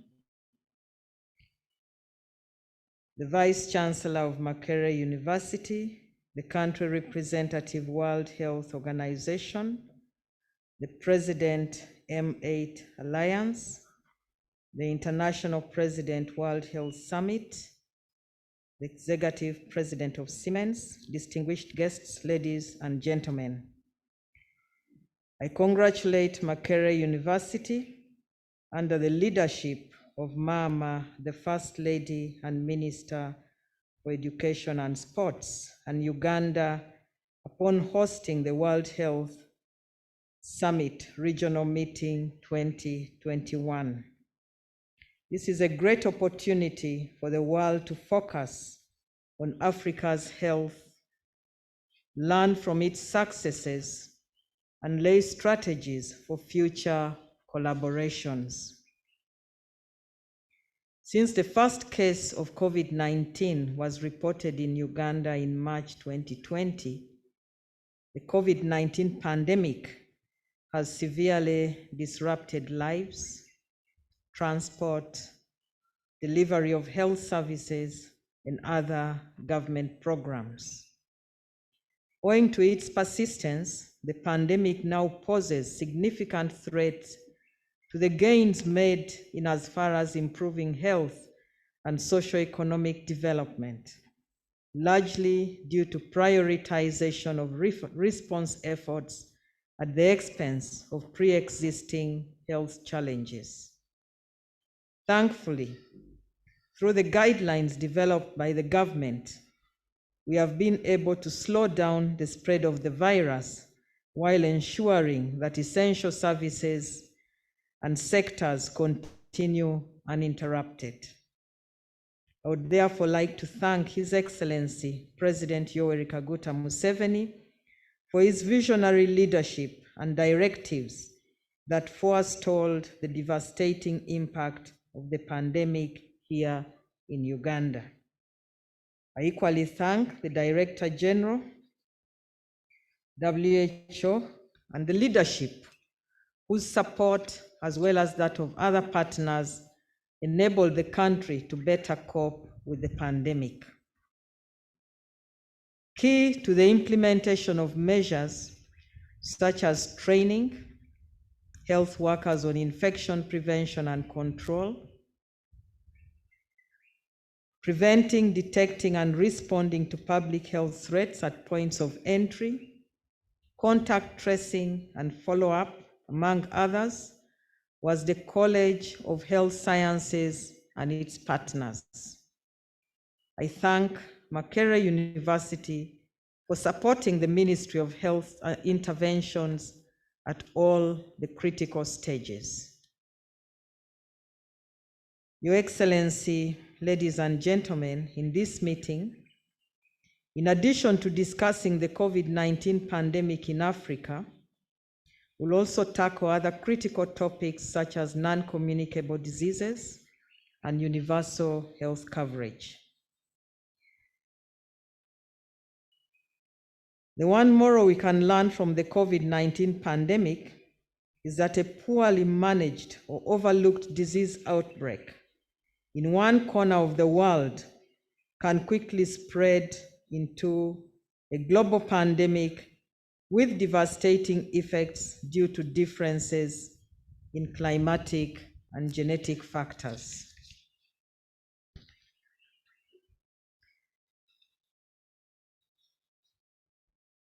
It is therefore more important than ever that improving access to primary health care, especially in low and middle income countries, will lessen the economic burden of treating preventable diseases by citizens. This will in turn unlock the benefits that come with improved quality of life, such as reduced donor support to health-related challenges. This meeting is therefore a good platform to advocate for actionable global solidarity in resourcing and strengthening health systems for the achievement of universal health coverage and currently equitable access to COVID-19 vaccines. With more than 50% of Uganda's population below the age of 15 years, a high population growth rate of 3%, and a fertility rate of 5.4%, the cost of funding universal health coverage is bound to grow exponentially as more of these young men and women reach childbearing age. As I conclude, Your Excellency, allow me to thank all our guests for coming, to thank Mama and Minister for Education in particular for hosting us and for all the preparations in hosting this World Health Summit. There is no better time than the present time for us to be having these discussions. I thank you. It is now my honor and pleasure to invite the First Lady and Minister for Education to make her remarks. Mama, you're welcome.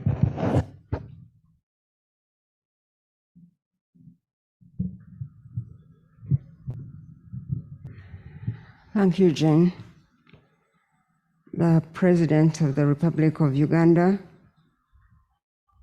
the Director General of the World Health Organization, virtual, honorable members, honorable ministers of health, gathered here and online, the President of M8 Alliance, distinguished ladies and gentlemen, good evening to you all.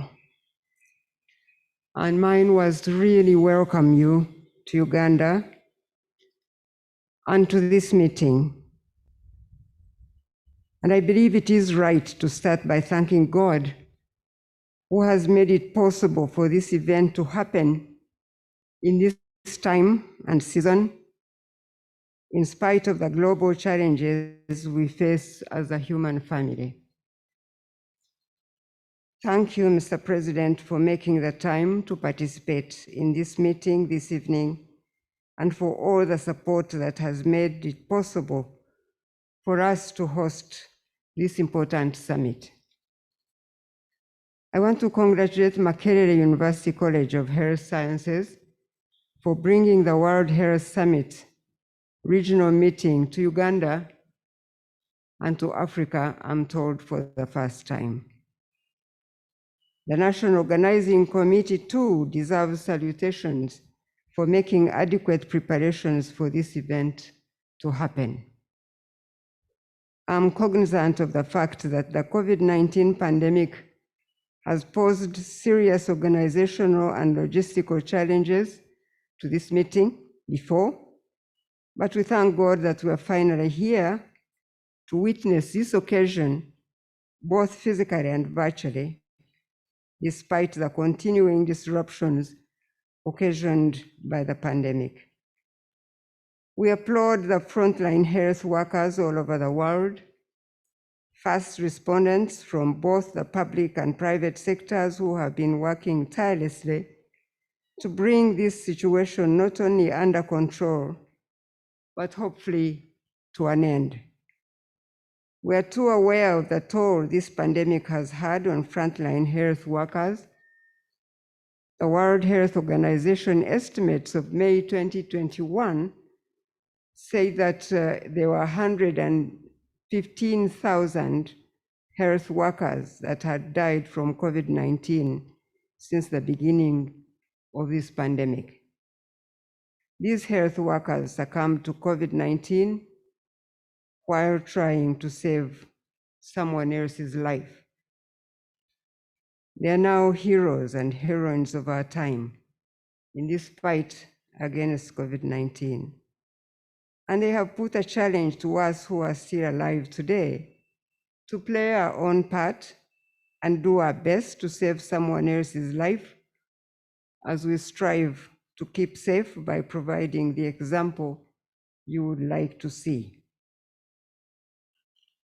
With that said, let us not lose hope, though, because we know that this pandemic shall surely pass away also.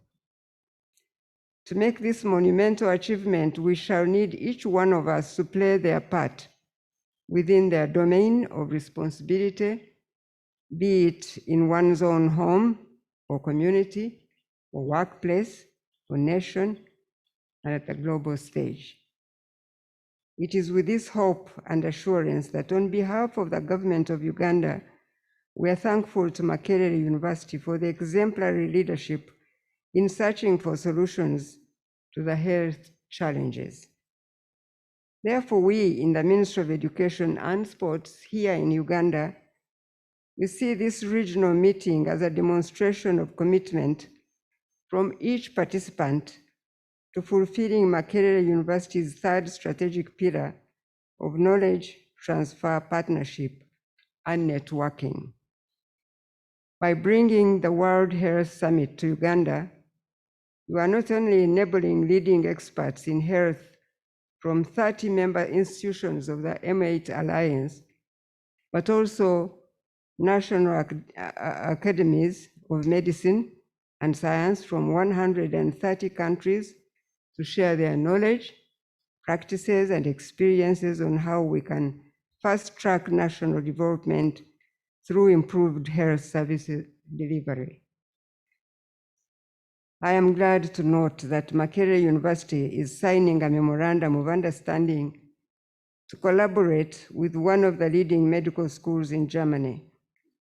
And I urge you to implement the objectives of this MOU to generate benefits to both universities and your respective countries, especially technology transfer and research in health sciences. Key to this achievement of convening the World Health Summit is exploring ways on how we can better train our health workers.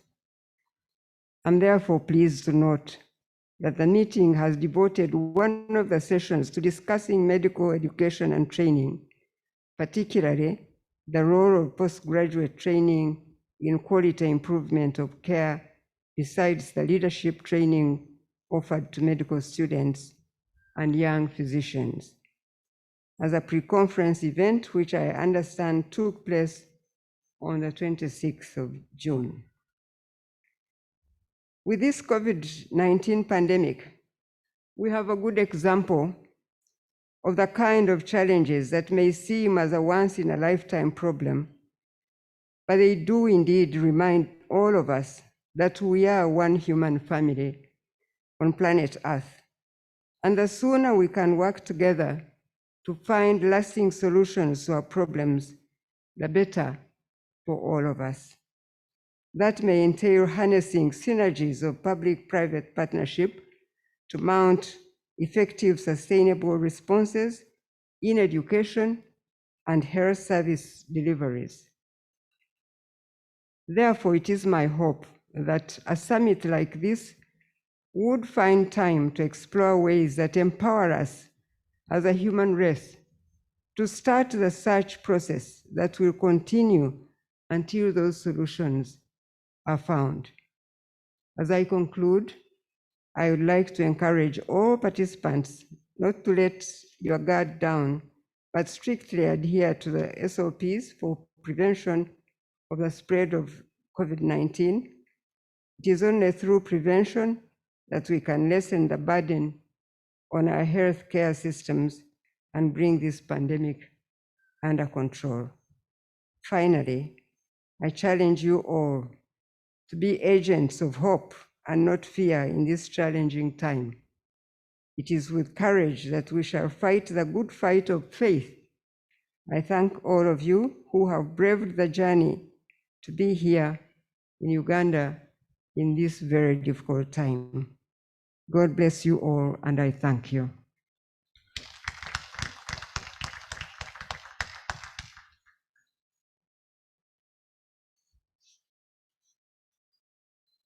Thank you very much, Mama Janet Kataha Museveni. Thank you so much, and thank you. I now want to invite the following, and they are headed by our Vice Chancellor, Professor Barnabas Nawangwe, Professor Charles Sibinjira, and Professor Damalina Kanjako, the Principal, College of Health Science, Professor Agso, please, to come and perform a very important function, and that is signing of the Memorandum of Understanding between Makerere University and Charité University of Medicine, Berlin. Your Excellency, they are now signing the Memorandum of Understanding between the University of Makerere and Charité University of Germany, Berlin.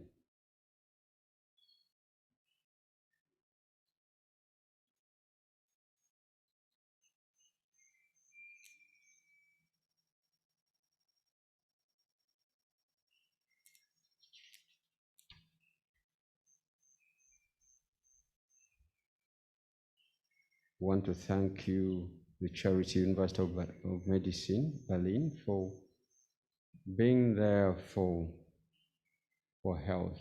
And when you're there for health, then you support everyone and there's life. Thank you very much. And we thank this very important cooperation between the College of Health Science Professor Binjira, the President, and the support of the Vice Chancellor, but above all, the Minister of Education and the Government of Uganda.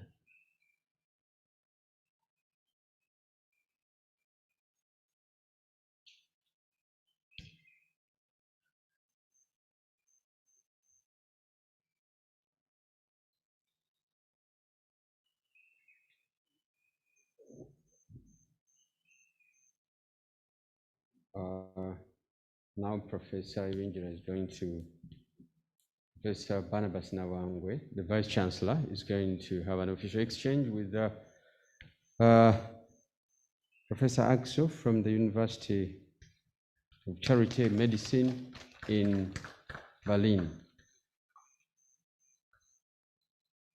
It is now done, and there's an official working document, and now we're in partnership. Thank you very much. Thank you.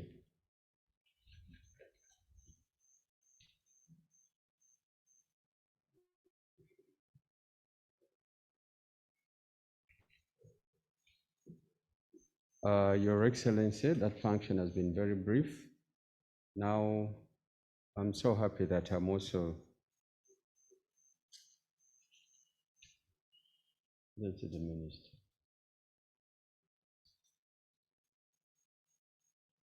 Your Excellency, I take this single honor and opportunity with happiness to invite Mama Janet Kataha Museveni, the Minister of Education, to invite you, Your Excellency, to come and give the opening speech and declaring this summit open. Mama, thank you, Your Excellency. I'm so happy that it's me inviting you. She has invited me, so. Thank you so much, Your Excellency.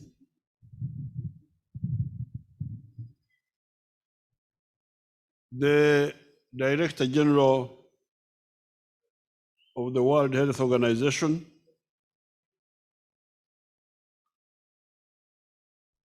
the Honorable Ministers of Education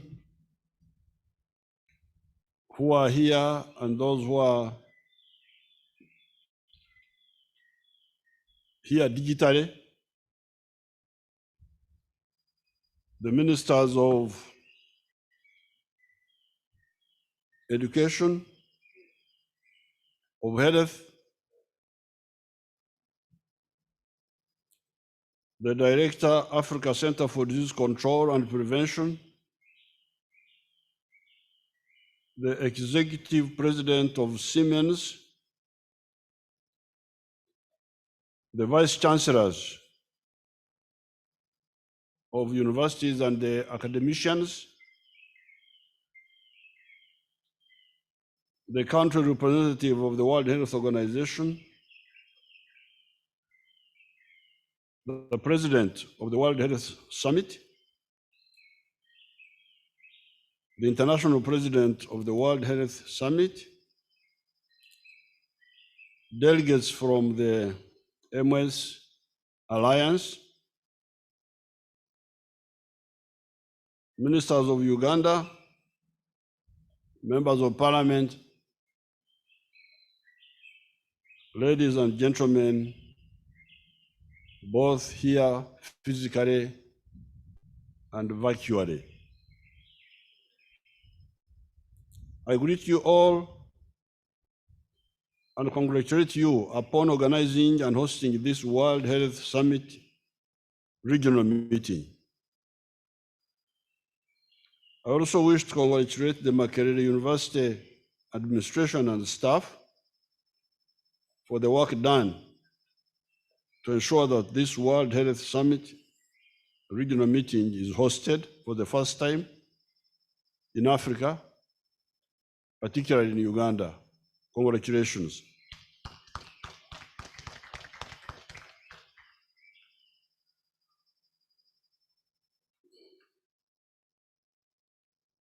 I wish to thank the leadership and scientists of Makerere University for quickly mobilizing human and other resources to start developing and the Uganda Virus Research Institute to start developing a Ugandan COVID-19 vaccine. We have a long history and experience in dealing with such major disease outbreaks, including Ebola.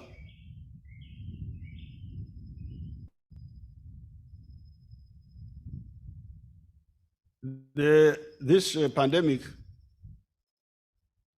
as the German professor was saying, has brought out some good efforts like this one here,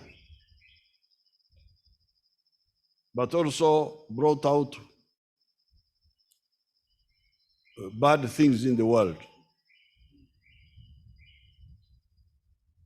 However, me, I like the bad things.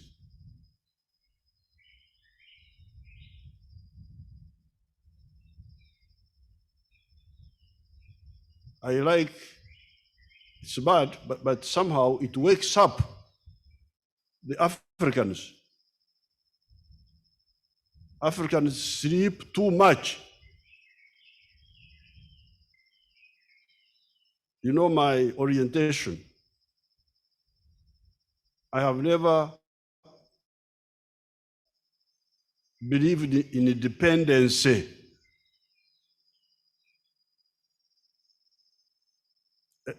For the last 60 years, I've been struggling against that. In the government, when we were outside the government, in the resistance, we were always striving to depend on ourselves. Therefore, this unfortunate phenomenon where people have vaccines and they say, no, we must first vaccinate our own people. That's unfortunate, but I like it because it wakes you Africans. Africans are a disgrace to ourselves.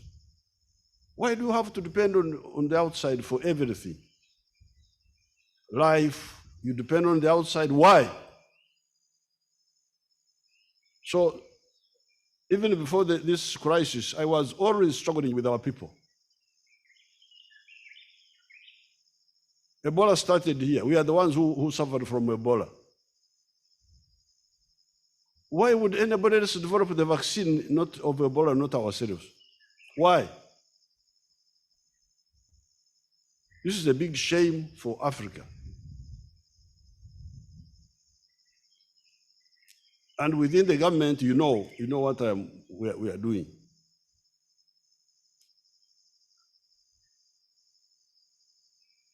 We must develop, and we are developing with our funding, Uganda government funding,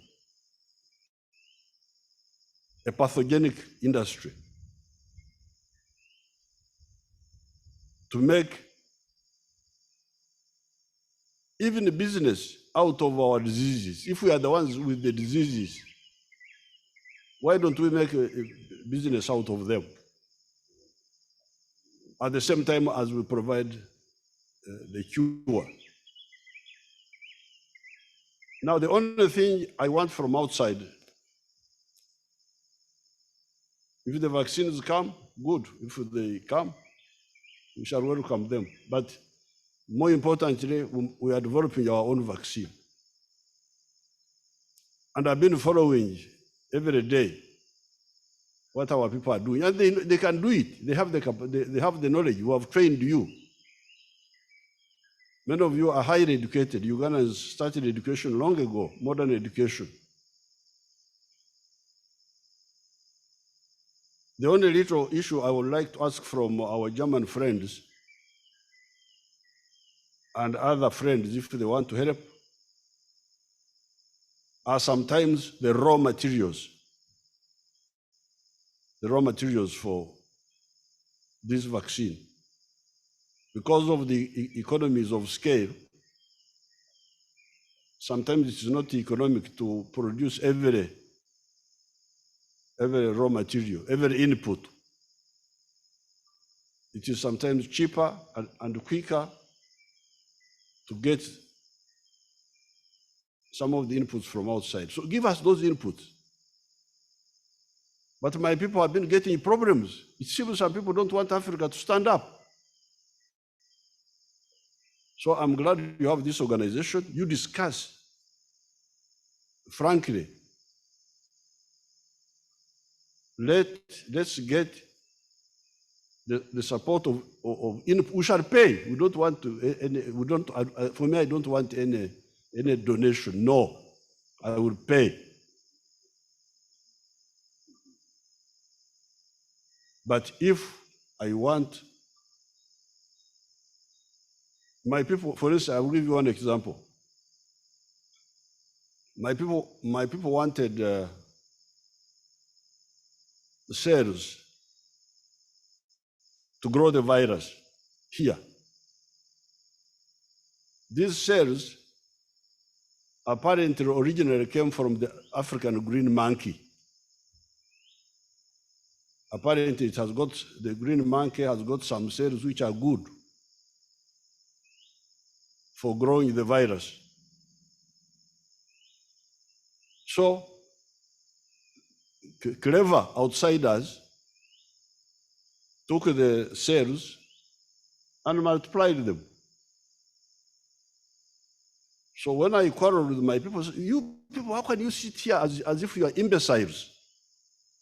That we are dying, we are waiting for foreigners to come and save us. We shall die until the foreigners come to save us. What sort of people are you? And you are trained. It is the orientation. It is a slave mentality. My people now started trying to get the cells now. They are nowhere in Africa. You can imagine in the whole of Africa, there were no these green monkey cells, which originally came from Africa. And my people started looking here, looking there, looking there. A lot of struggle. And some were wondering, you Africa, why do you want the cells for? You stay there and wait for other people to make the vaccines. I said, no. You must get them. If we don't get them from the ones we think are friends, we shall find another way of getting them. And we got them. So my people now are moving. But they need some other raw materials. Even this morning I was checking with them. Please, if you really want to help Africa, get us those raw materials. We shall pay. I don't want any help from anybody. I will pay. I will pay for the vaccine if it is already done. I will pay for the raw materials. And in the next 1.5 years, we shall be standing up in all these areas. We shall be having our own vaccine. We shall be having, we already have our own diagnostics. We already have the therapeutics. The therapeutics. We may help the world. We are moving very well there. The therapeutics. So therefore, for me, there is this prepared speech here where I say, I'm happy to see you and so on. But I'm telling you my thinking now. So, this selfishness in the world is bad, but it's good. I like it because it wakes up Africans. It wakes up Africans. It's a shame that the whole of the African continent is just asleep, waiting to be saved by others. If they don't save us, we shall die, like happened with the slave trade. How can this be? Slave trade went on here for 400 years. These idiot chiefs were here just putting on monkey skins and so on, looking like clowns.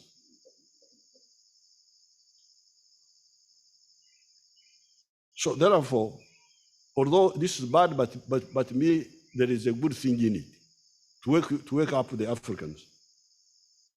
So I go back to the written speech now. We know, do I have to go on with the speech or I end here? Have I not finished? Let me read what they have written here, just in case I forget something.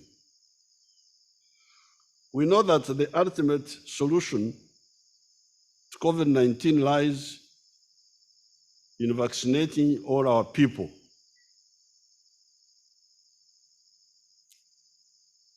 But even the vaccination, when you vaccinate, there's a new variant. I think you'll have to discuss this, because when you vaccinate, there's a new variant, which is now, you tell me how you handle that mutation of the virus. The government, with the help of the African Union and other partners, will fast track the acquisition of sufficient doses of vaccines to cover the entire population, alongside efforts to develop our own vaccine. That one is the one I am really working on. We are continuing to talk with India, the USA for the Johnson & Johnson vaccine, China, and Cuba. The importance of medical research cannot be overemphasized. Progress in medicine depends largely on the work of medical research. Research into the causes and treatments of illnesses is perhaps the most important weapon in the fight against disease. As you saw in the new government, I transferred that ministry to my office, the Minister of Science and Innovation, because I was not happy with the red tape by those who were involved. We would be very far on the vaccine if we had not wasted our time. Research into traditional medicine is particularly important in Africa, in making good use of our naturally and richly endowed environment. This part of our world has got all the biodiversity. And since ancient times, those people who are sitting with you, my guests from outside, these Ugandan scientists, many of them are from the countryside. And in the countryside, our people have some indigenous medicines. Now, what is happening is that because these people get scientific knowledge through education, they then go back, say, oh, but our people were doing this. What was in it? And you will be surprised about the potential there. The potential is quite big. Now there, we need to agree on the patenting, because of course this is not the one who brings the indigenous knowledge and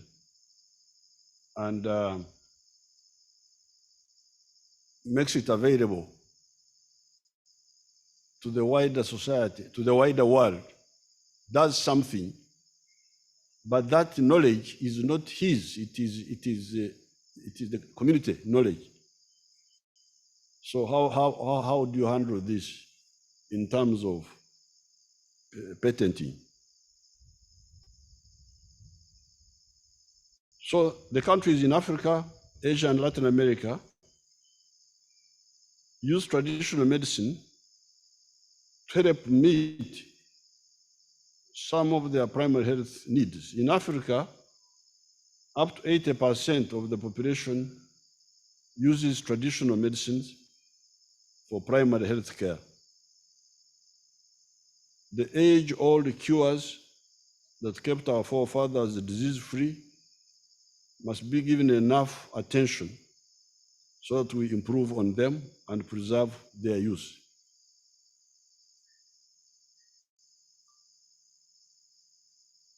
The government remains committed to funding research and innovations by our scientists, especially those in the universities. We have demonstrated this by earmarking a number of 30 billion shillings. This is small. We shall increase it. We shall increase it.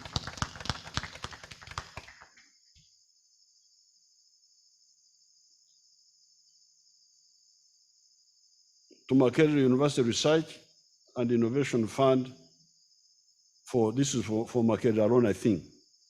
However, I challenge Makerere not only publish, but translate research into products that spur our industrial development and catalyze pharmaceutical industrialization to stop the massive dependence on outside pharmaceuticals. We want tangible results, and our ordinary Ugandans have hope in our scientists to come up with solutions for different ailments like cancer and many other diseases. With the therapeutics, one of our products has been tried among some patients, and most of them have fully recovered, while the others are still on treatment.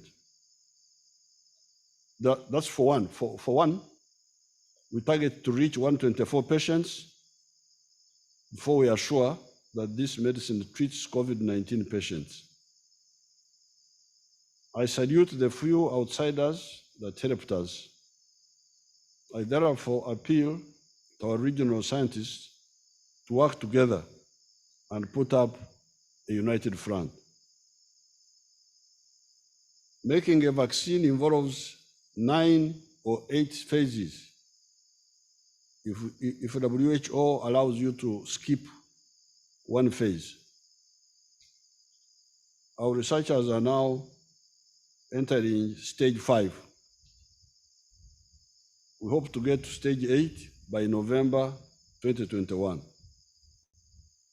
I can assure you that by the end of 2021, we shall no longer be waiting for outsiders to rescue us from mass death. The role of science and innovation is recognized from the pre-industrial and other stages of the Industrial Revolution between 1750 and 1830, and is still key to the 4th Industrial Revolution today. There is strong evidence indicating that all the developed nations we see today came to be what they are because they invested in science and research and stimulated their population to be more innovative, build enterprises and industries to produce goods, services, and solutions to address societal challenges. A scan of the developed world indicates that science, technology, innovation, and research enabled economies to increase productivity, reduce costs, improve product quality, and gain a competitive advantage. While civilization started in Africa, the biggest problem was that it was never institutionalized and regulated. It remained an individual tribe's skilled trade. For example, we have skilled people in Uganda called Abahesi blacksmith. This is a whole industry that has not been developed. Mineralogy, gemology, the science of dealing with gemstones, as we continue exporting our minerals in raw form. This may also explain why we have missed the first, second, and third industrial revolutions. As Mwalimu Nyerere said, Africa needs to run while others walk if we are to catch up. Some parts of the world are on the verge of the fourth industrial revolution, while many parts of Africa have not entered the first industrial revolution.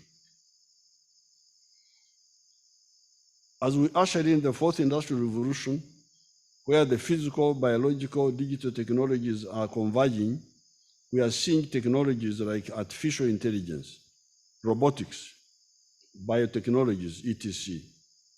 These technologies are efficient and can innovatively be used to address societal challenges.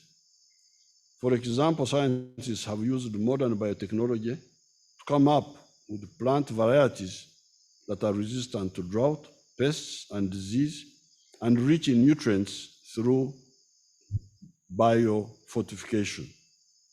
Technology and innovation are very dynamic, and developing countries cannot afford to lag behind or to go through the whole evolution cycles to the fourth industrial revolution technologies. This can only be possible by establishing strategic partnerships with the advanced countries like Japan. All the countries that have transformed their economies in record time have done so through deliberate and focused strategic partnerships, such as Japan working with the USA. China and Korea have all leveraged strategic partnerships and technology transfer in the field of science, technology, innovation, and research. Finally, I wish to assure everybody that we are optimistic and we shall overcome this challenge of COVID-19. As I have mentioned several times, our scientists, doctors, researchers, innovators, etc., will move Africa to another level scientifically. It is now my honor to declare the World Health Summit regional meeting in Uganda officially open. I wish you all a good stay and fruitful proceedings. I strongly urge you to continue observing the COVID-19 standard operating procedures. Thank you very much. God bless you.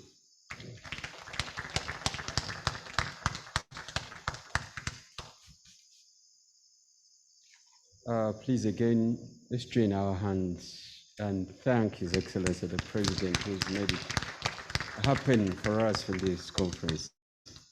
Your Excellency, we thank you very much for being a good father and more specifically looking at issues of health, which has got to keep your people live and kicking. The co-host of this conference is Makerere University, the Government of Uganda. And now, as we want to move into the high-level discussion, I take this opportunity to invite the co-host, that is the Vice-Chancellor of Makerere University, Professor Barnabas Nawangwe, to come and be the chair of this session and give a brief as well. And this is going to be a bilateral engagement between Dr. Tedros from Geneva and His Excellency, the President. And in this session, Professor Barnabas Nawangwe, the Vice-Chancellor, will be supported by Professor Ibingira, the International President of the World Health Summit, and Dr. Damali Nakanjako, the Principal of the College of Health Science. Now I invite Professor Barnabas Nawangwe, the Vice-Chancellor of Makerere University. Professor Barnabas.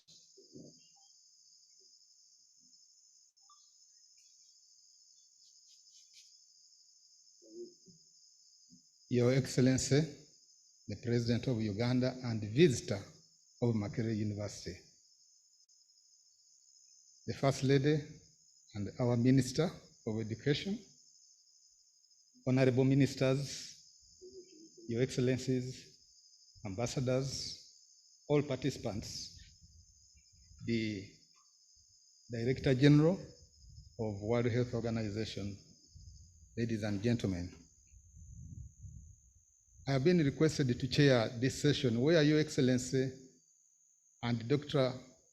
Tedros Ghebreyesus are going to dialogue on the issue of vaccine inequity. When I was listening to the Director General, he was expressing concern about what some people have called vaccine apartheid. But Your Excellency, you are saying it is good because it is waking us up.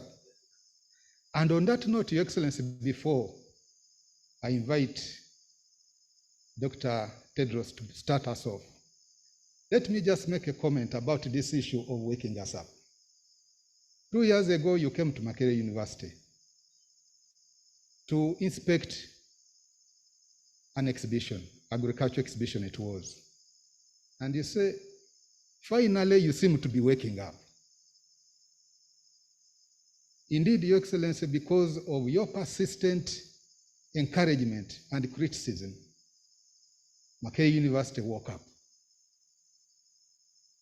COVID-19 specifically showed how Makerere University has woken up, and you have referred to some of that. With the first injection of the 30 billion shillings, the innovations coming out of Makerere surprised even me. And I'm saying, where were we all this time? We have contributed tremendously to looking for solutions for COVID-19, but also other diseases. As you are aware, Your Excellency, we have started now the manufacture of our own vaccine, anti-tick vaccine, to solve a problem which has been bothering our farmers for a long time. We are going to begin producing the diagnostics that you talked about, again with the support from the government. The Preside, which you set up. With Preside support, Makerere University's research infrastructure has been modernized in the last 1 year. We now have labs which are at par with any lab anywhere in the world. And we actually now have no excuse why we must not excel. And as you are aware, Your Excellency, Makerere University has a new strategic plan. We have a vibrant council which is pushing us to move science to the next level, to begin not just, as you have said, not just publishing, but actually coming up with products. And with the support of council, with your visionary support, with the support of our minister, and we want to thank you, Your Excellency, for reappointing our minister. She is very passionate about Makerere. She is passionate about higher education. With her support, we are now on the move. We want to pledge and assure you, Your Excellency, that the money given to us will be put to the best use to ensure that we support your government in moving this country out of poverty and out of marginalization. That we can assure you, Your Excellency. Now, I think the participants are very eager to listen to both you and Dr. Tedros on this issue of vaccine apartheid, if I can use the word which I've been seeing all the time. You have your points on one side that it is a good thing, and the Dr. Tedros say, no, this is not fair. So may I now take this opportunity to invite you, Dr. Tedros, to start us off with this discussion on vaccine apartheid. What is happening and what can we do? Dr. Tedros. Okay, thank you so much, Professor Barnabas. On the vaccine, of course, as you rightly said, some people call it vaccine apartheid, others call it vaccine nationalism. But as I said in my speech, it's very clear that there is vaccine inequity. And that's causing a two-track pandemic because some countries have better access to vaccines and their situation is getting better. Others, low-income countries who don't have access to vaccines, their situation is deteriorating. So I fully agree with His Excellency the President when he says, let's use this as a wake-up call. And in my speech also I said, Africa should not really depend on others for essential things like vaccines, not only COVID vaccines, but even other vaccines too. So we need to invest in Africa, and it can be done. And I fully agree also, I have seen the potential when I visited Uganda Virus Research Institute in June 2019. I have seen many good things that really can help Uganda and can help Africa to do better in, identifying, starting from testing viruses and developing the tools to fight them. When I visited the Virus Institute, my attention was on Ebola. And as you know, Uganda Virus Research Institute actually has contributed a lot for Ebola. As you know, when we had the pandemic in DRC, this was the Ebola epidemic in DRC, North Kivu. I have been to the outbreak area, to Butembo, to Katwa and other places. And the experience that was gained in Uganda actually helped. And that's why the virus didn't go out of control like it did in Western Africa in 2014.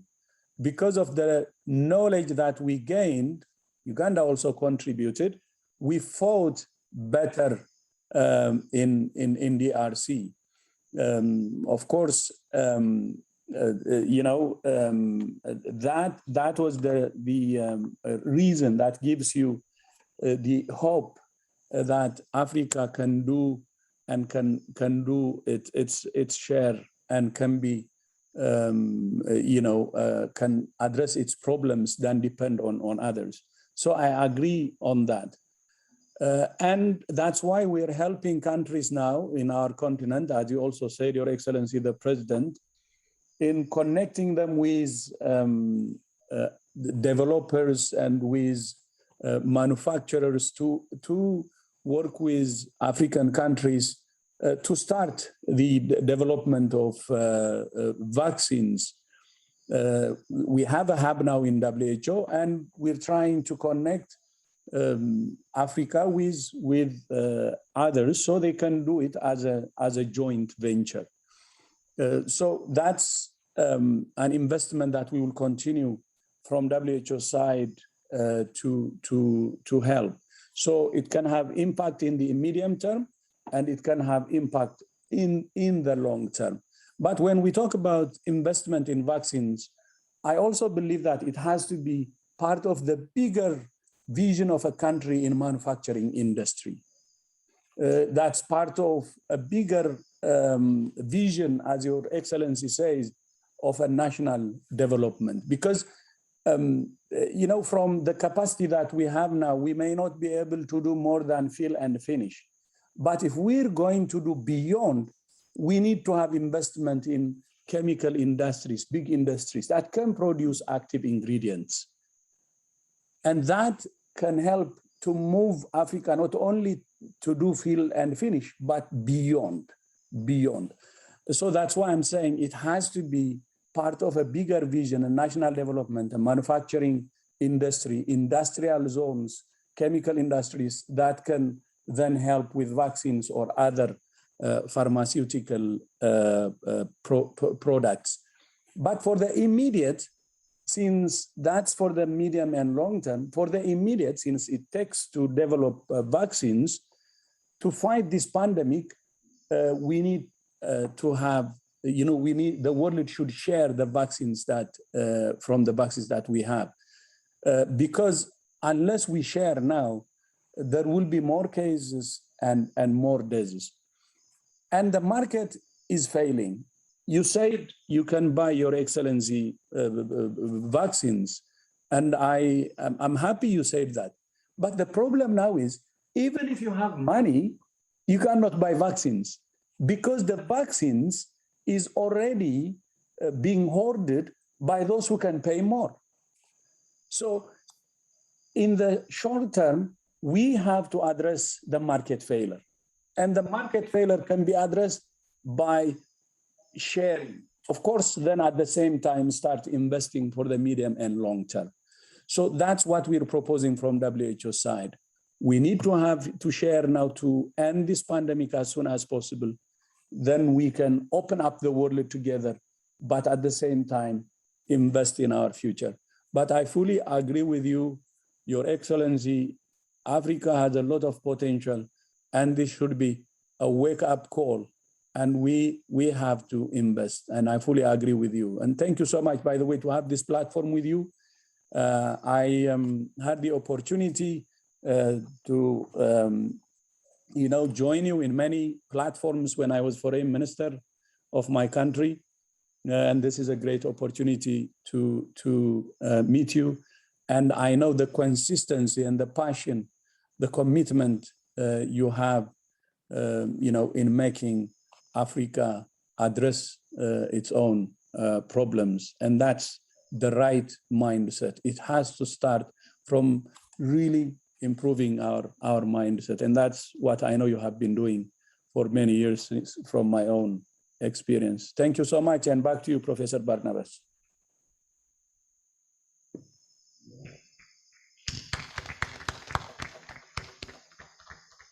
Thank you very much, Director General. Your Excellency, I was one time very angry, and I'm sure very many Africans were very angry, when some very powerful person was trying to blame Dr. Tedros for the spread of COVID-19. We said, "You sure?" But thank you very much for standing firm, Dr. Tedros. We are proud of you.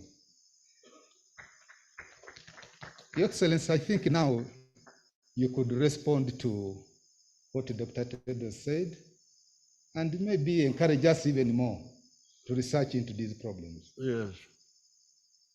Of course, in the short run, we shall see who can sell us the vaccine.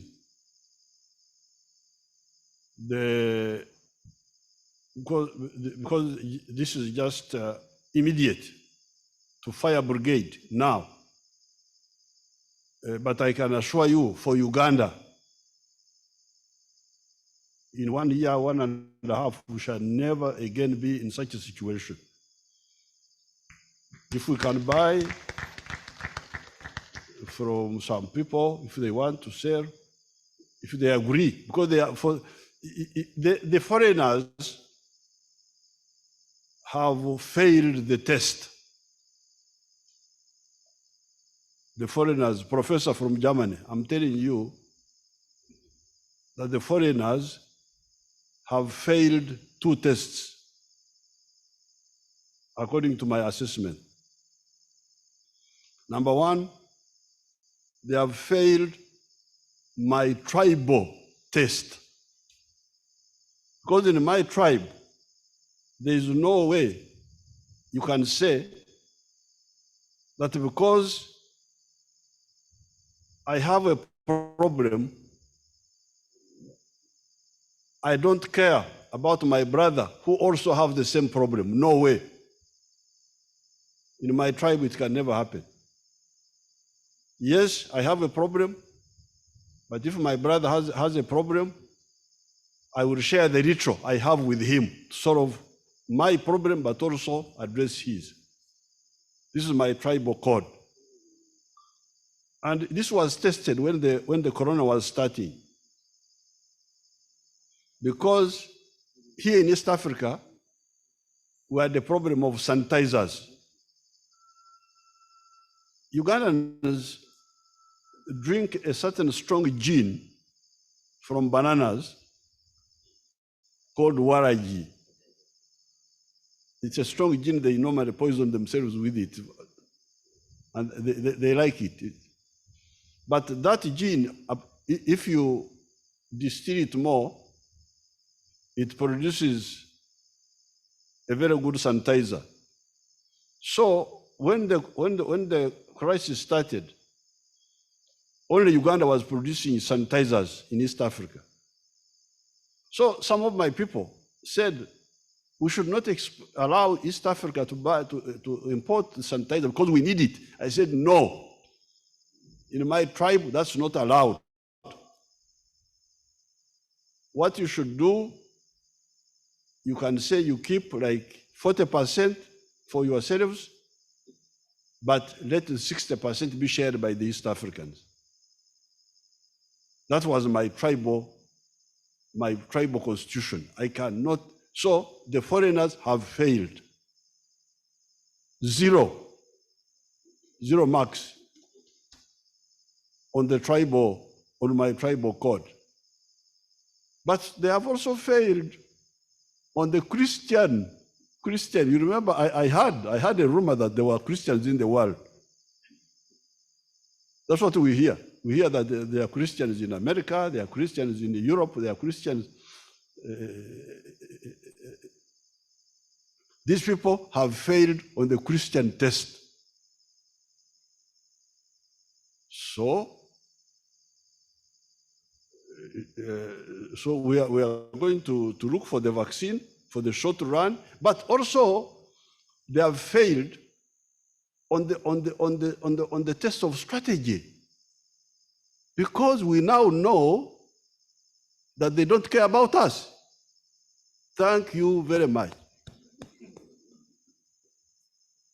Yes, some of us may die, but our children will now know that these are not people to depend on. So, 3 failures: tribal, Christian, strategic. But if they can repent, quickly, repent and say, please, the vaccines are here. Find a way of covering up. So that, we didn't know they were busy, they were occupied.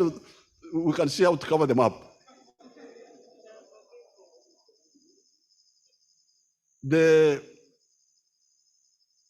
I am told the Cuban vaccine has been validated by the WHO, by Dr. Tedros. One of my people told me. So if the Cuban vaccine has been validated, then, because the Cubans are part of our group. They are partly Africans. So then we shall see which of these people want to redeem themselves, because this is a big shame on them. They need redemption. But this is the last, as far as Uganda is concerned, this is the last time we shall be in this type of situation. We shall develop our own capacity. And God is also on the side of the unlucky. We may also get other solutions, because we seem to be moving quite well on the therapeutic. So that's what I would like to say. Yes, in the short run, if they can, good, but they haven't. Because if we had vaccinated, we wouldn't get this second wave. Because for us, we had controlled the first wave. Only 300 people died in the first wave in 1.5 years. Only 300 people. Now, I think we have gone to 800, a total of 800 now, because of missing out on the vaccine. So we are ready, but we have learned. Of course, for me, I knew. The only thing is to convince all these people here that you people, Sabagamba. Sabagamba in Germany is, did I not tell you? Did I not tell you that you should depend on yourselves? That's really, really the issue. Thank you very much. I think you can allow me to go with to take the first read. Have I not finished my work? Thank you.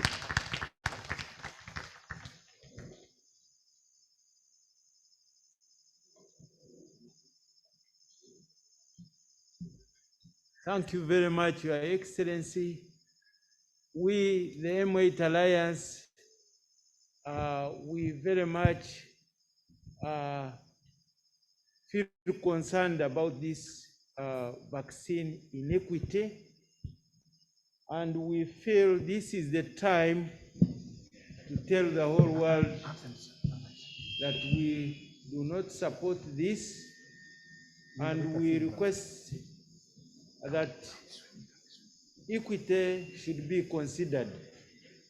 I would like to invite the president of the M8 Alliance to mention what we plan to do in order to come up with the Kampala Declaration on vaccine inequity. Thank you very much, Your Excellency, for this opportunity. Your Excellency, you really made a very relevant point with your 3 failures, which were evident in many parts of the world. It's a question of solidarity, which you call tribal. It's a question of belief, which you call Christian. And most importantly, is a question of a good brain, which you call strategic. And you are quite right, the world failed. But it also tells us a lesson, the exact lesson which you are alluding to. We have to be strong individually and regionally, but we also have to work together globally. And with that, I would like to stimulate that the M8 Alliance and also the Ugandan government, represented by yourself, and maybe Dr. Tedros by the WHO and my co-president Charles Ibingira, that we push for a Kampala declaration addressing exactly these issues and asking for the world to take the lesson from these events. I'm optimistic that we can learn. I'm not so optimistic that it will not happen again, because people have to learn over and over. But I think it's our responsibility to use this very special occasion and these very high-ranking political and strategic people to send a signal to the world as a Kampala declaration asking for means to address the inequity right now, and with a view also into the future, providing every local region and nation with the means to address future threats. Thank you.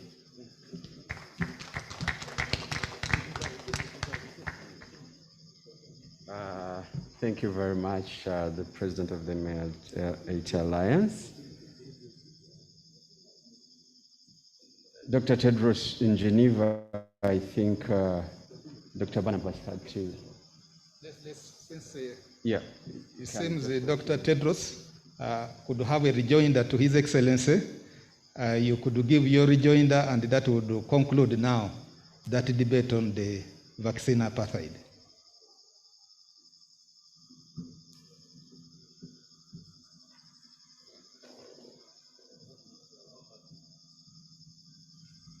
Please unmute Dr. Tedros.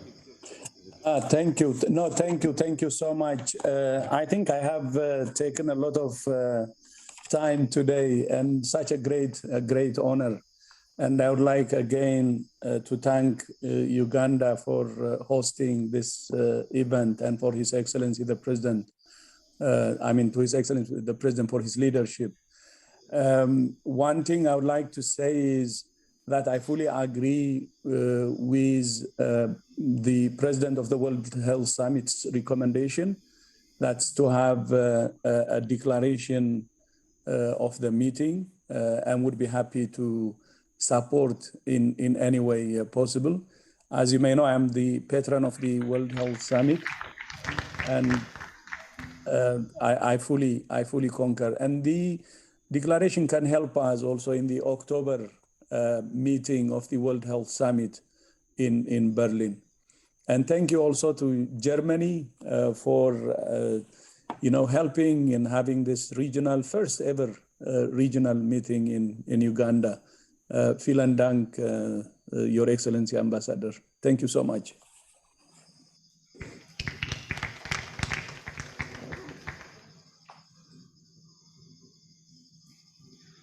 Yes, Your Excellency, I must report to Your Excellency that Makerere University receives a lot of support from the World Health Organization.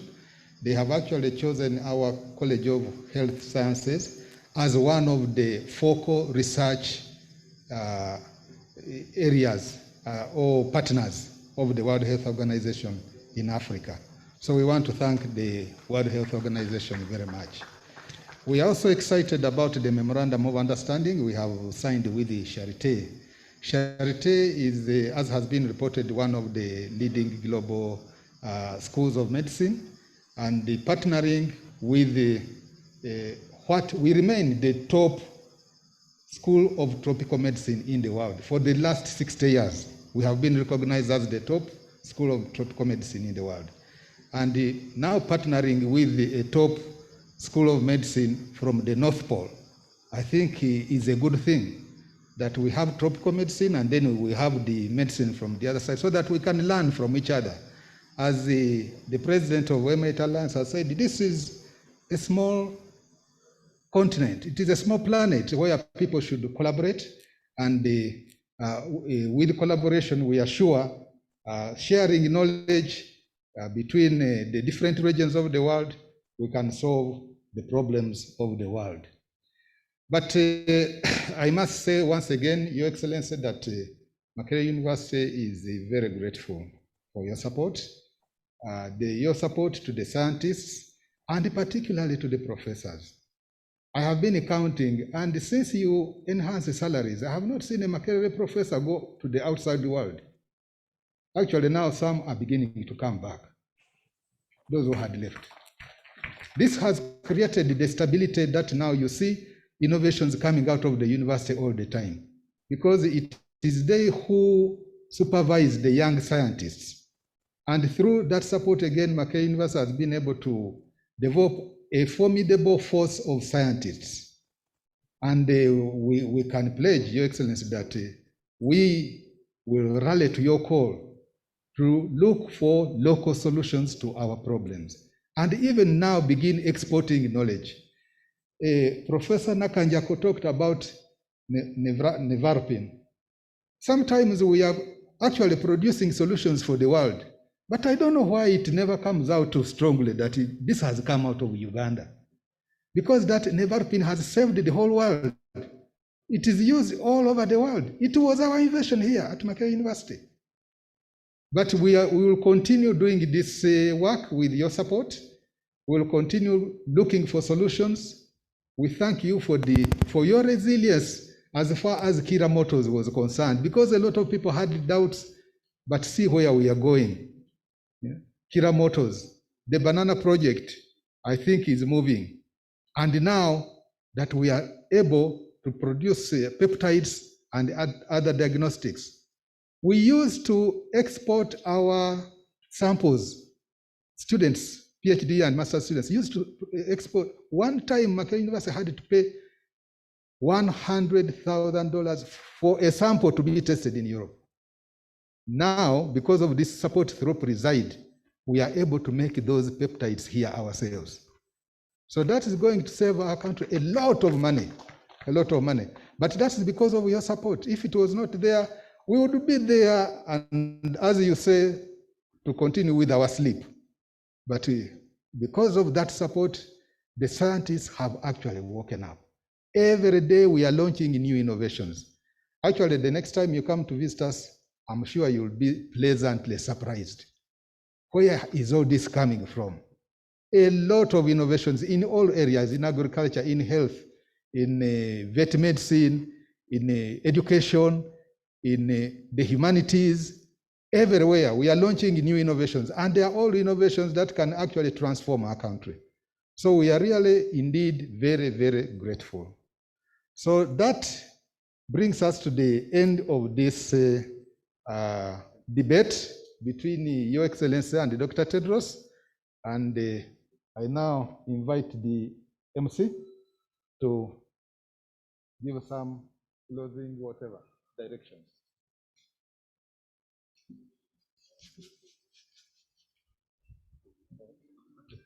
Yeah. Thank you very much, the Vice Chancellor. Now, I want to invite the performing arts to lead us in this, and with the anthems right now. You see, Dr. Milton, shall we now rise up and perform?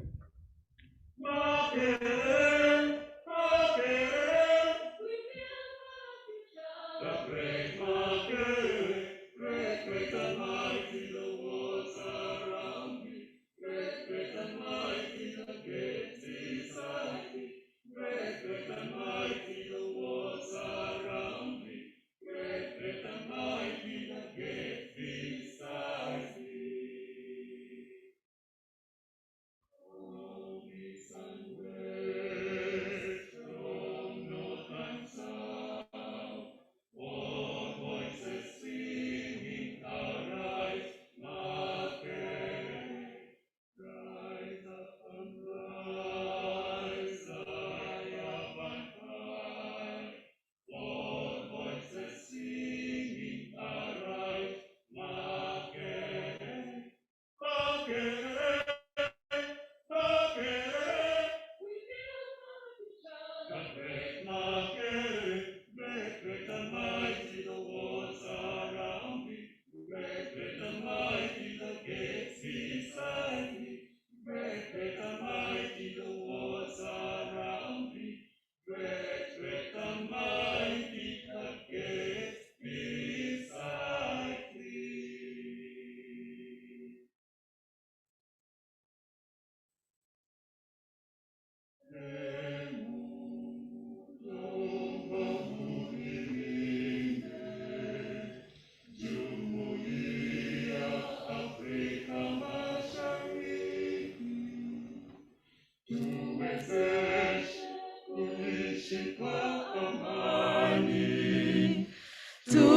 Tutimize na malengo yetu, jumuiya yetu sote tuilinde, tuwajibike, tuimarike, umoja wetu, miongozo yetu, idumu jumuiya yetu.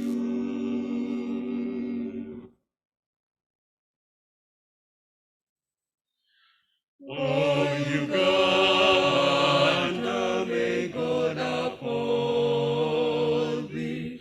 We lay our future in thy hand. United, free for liberty, together we'll always stand.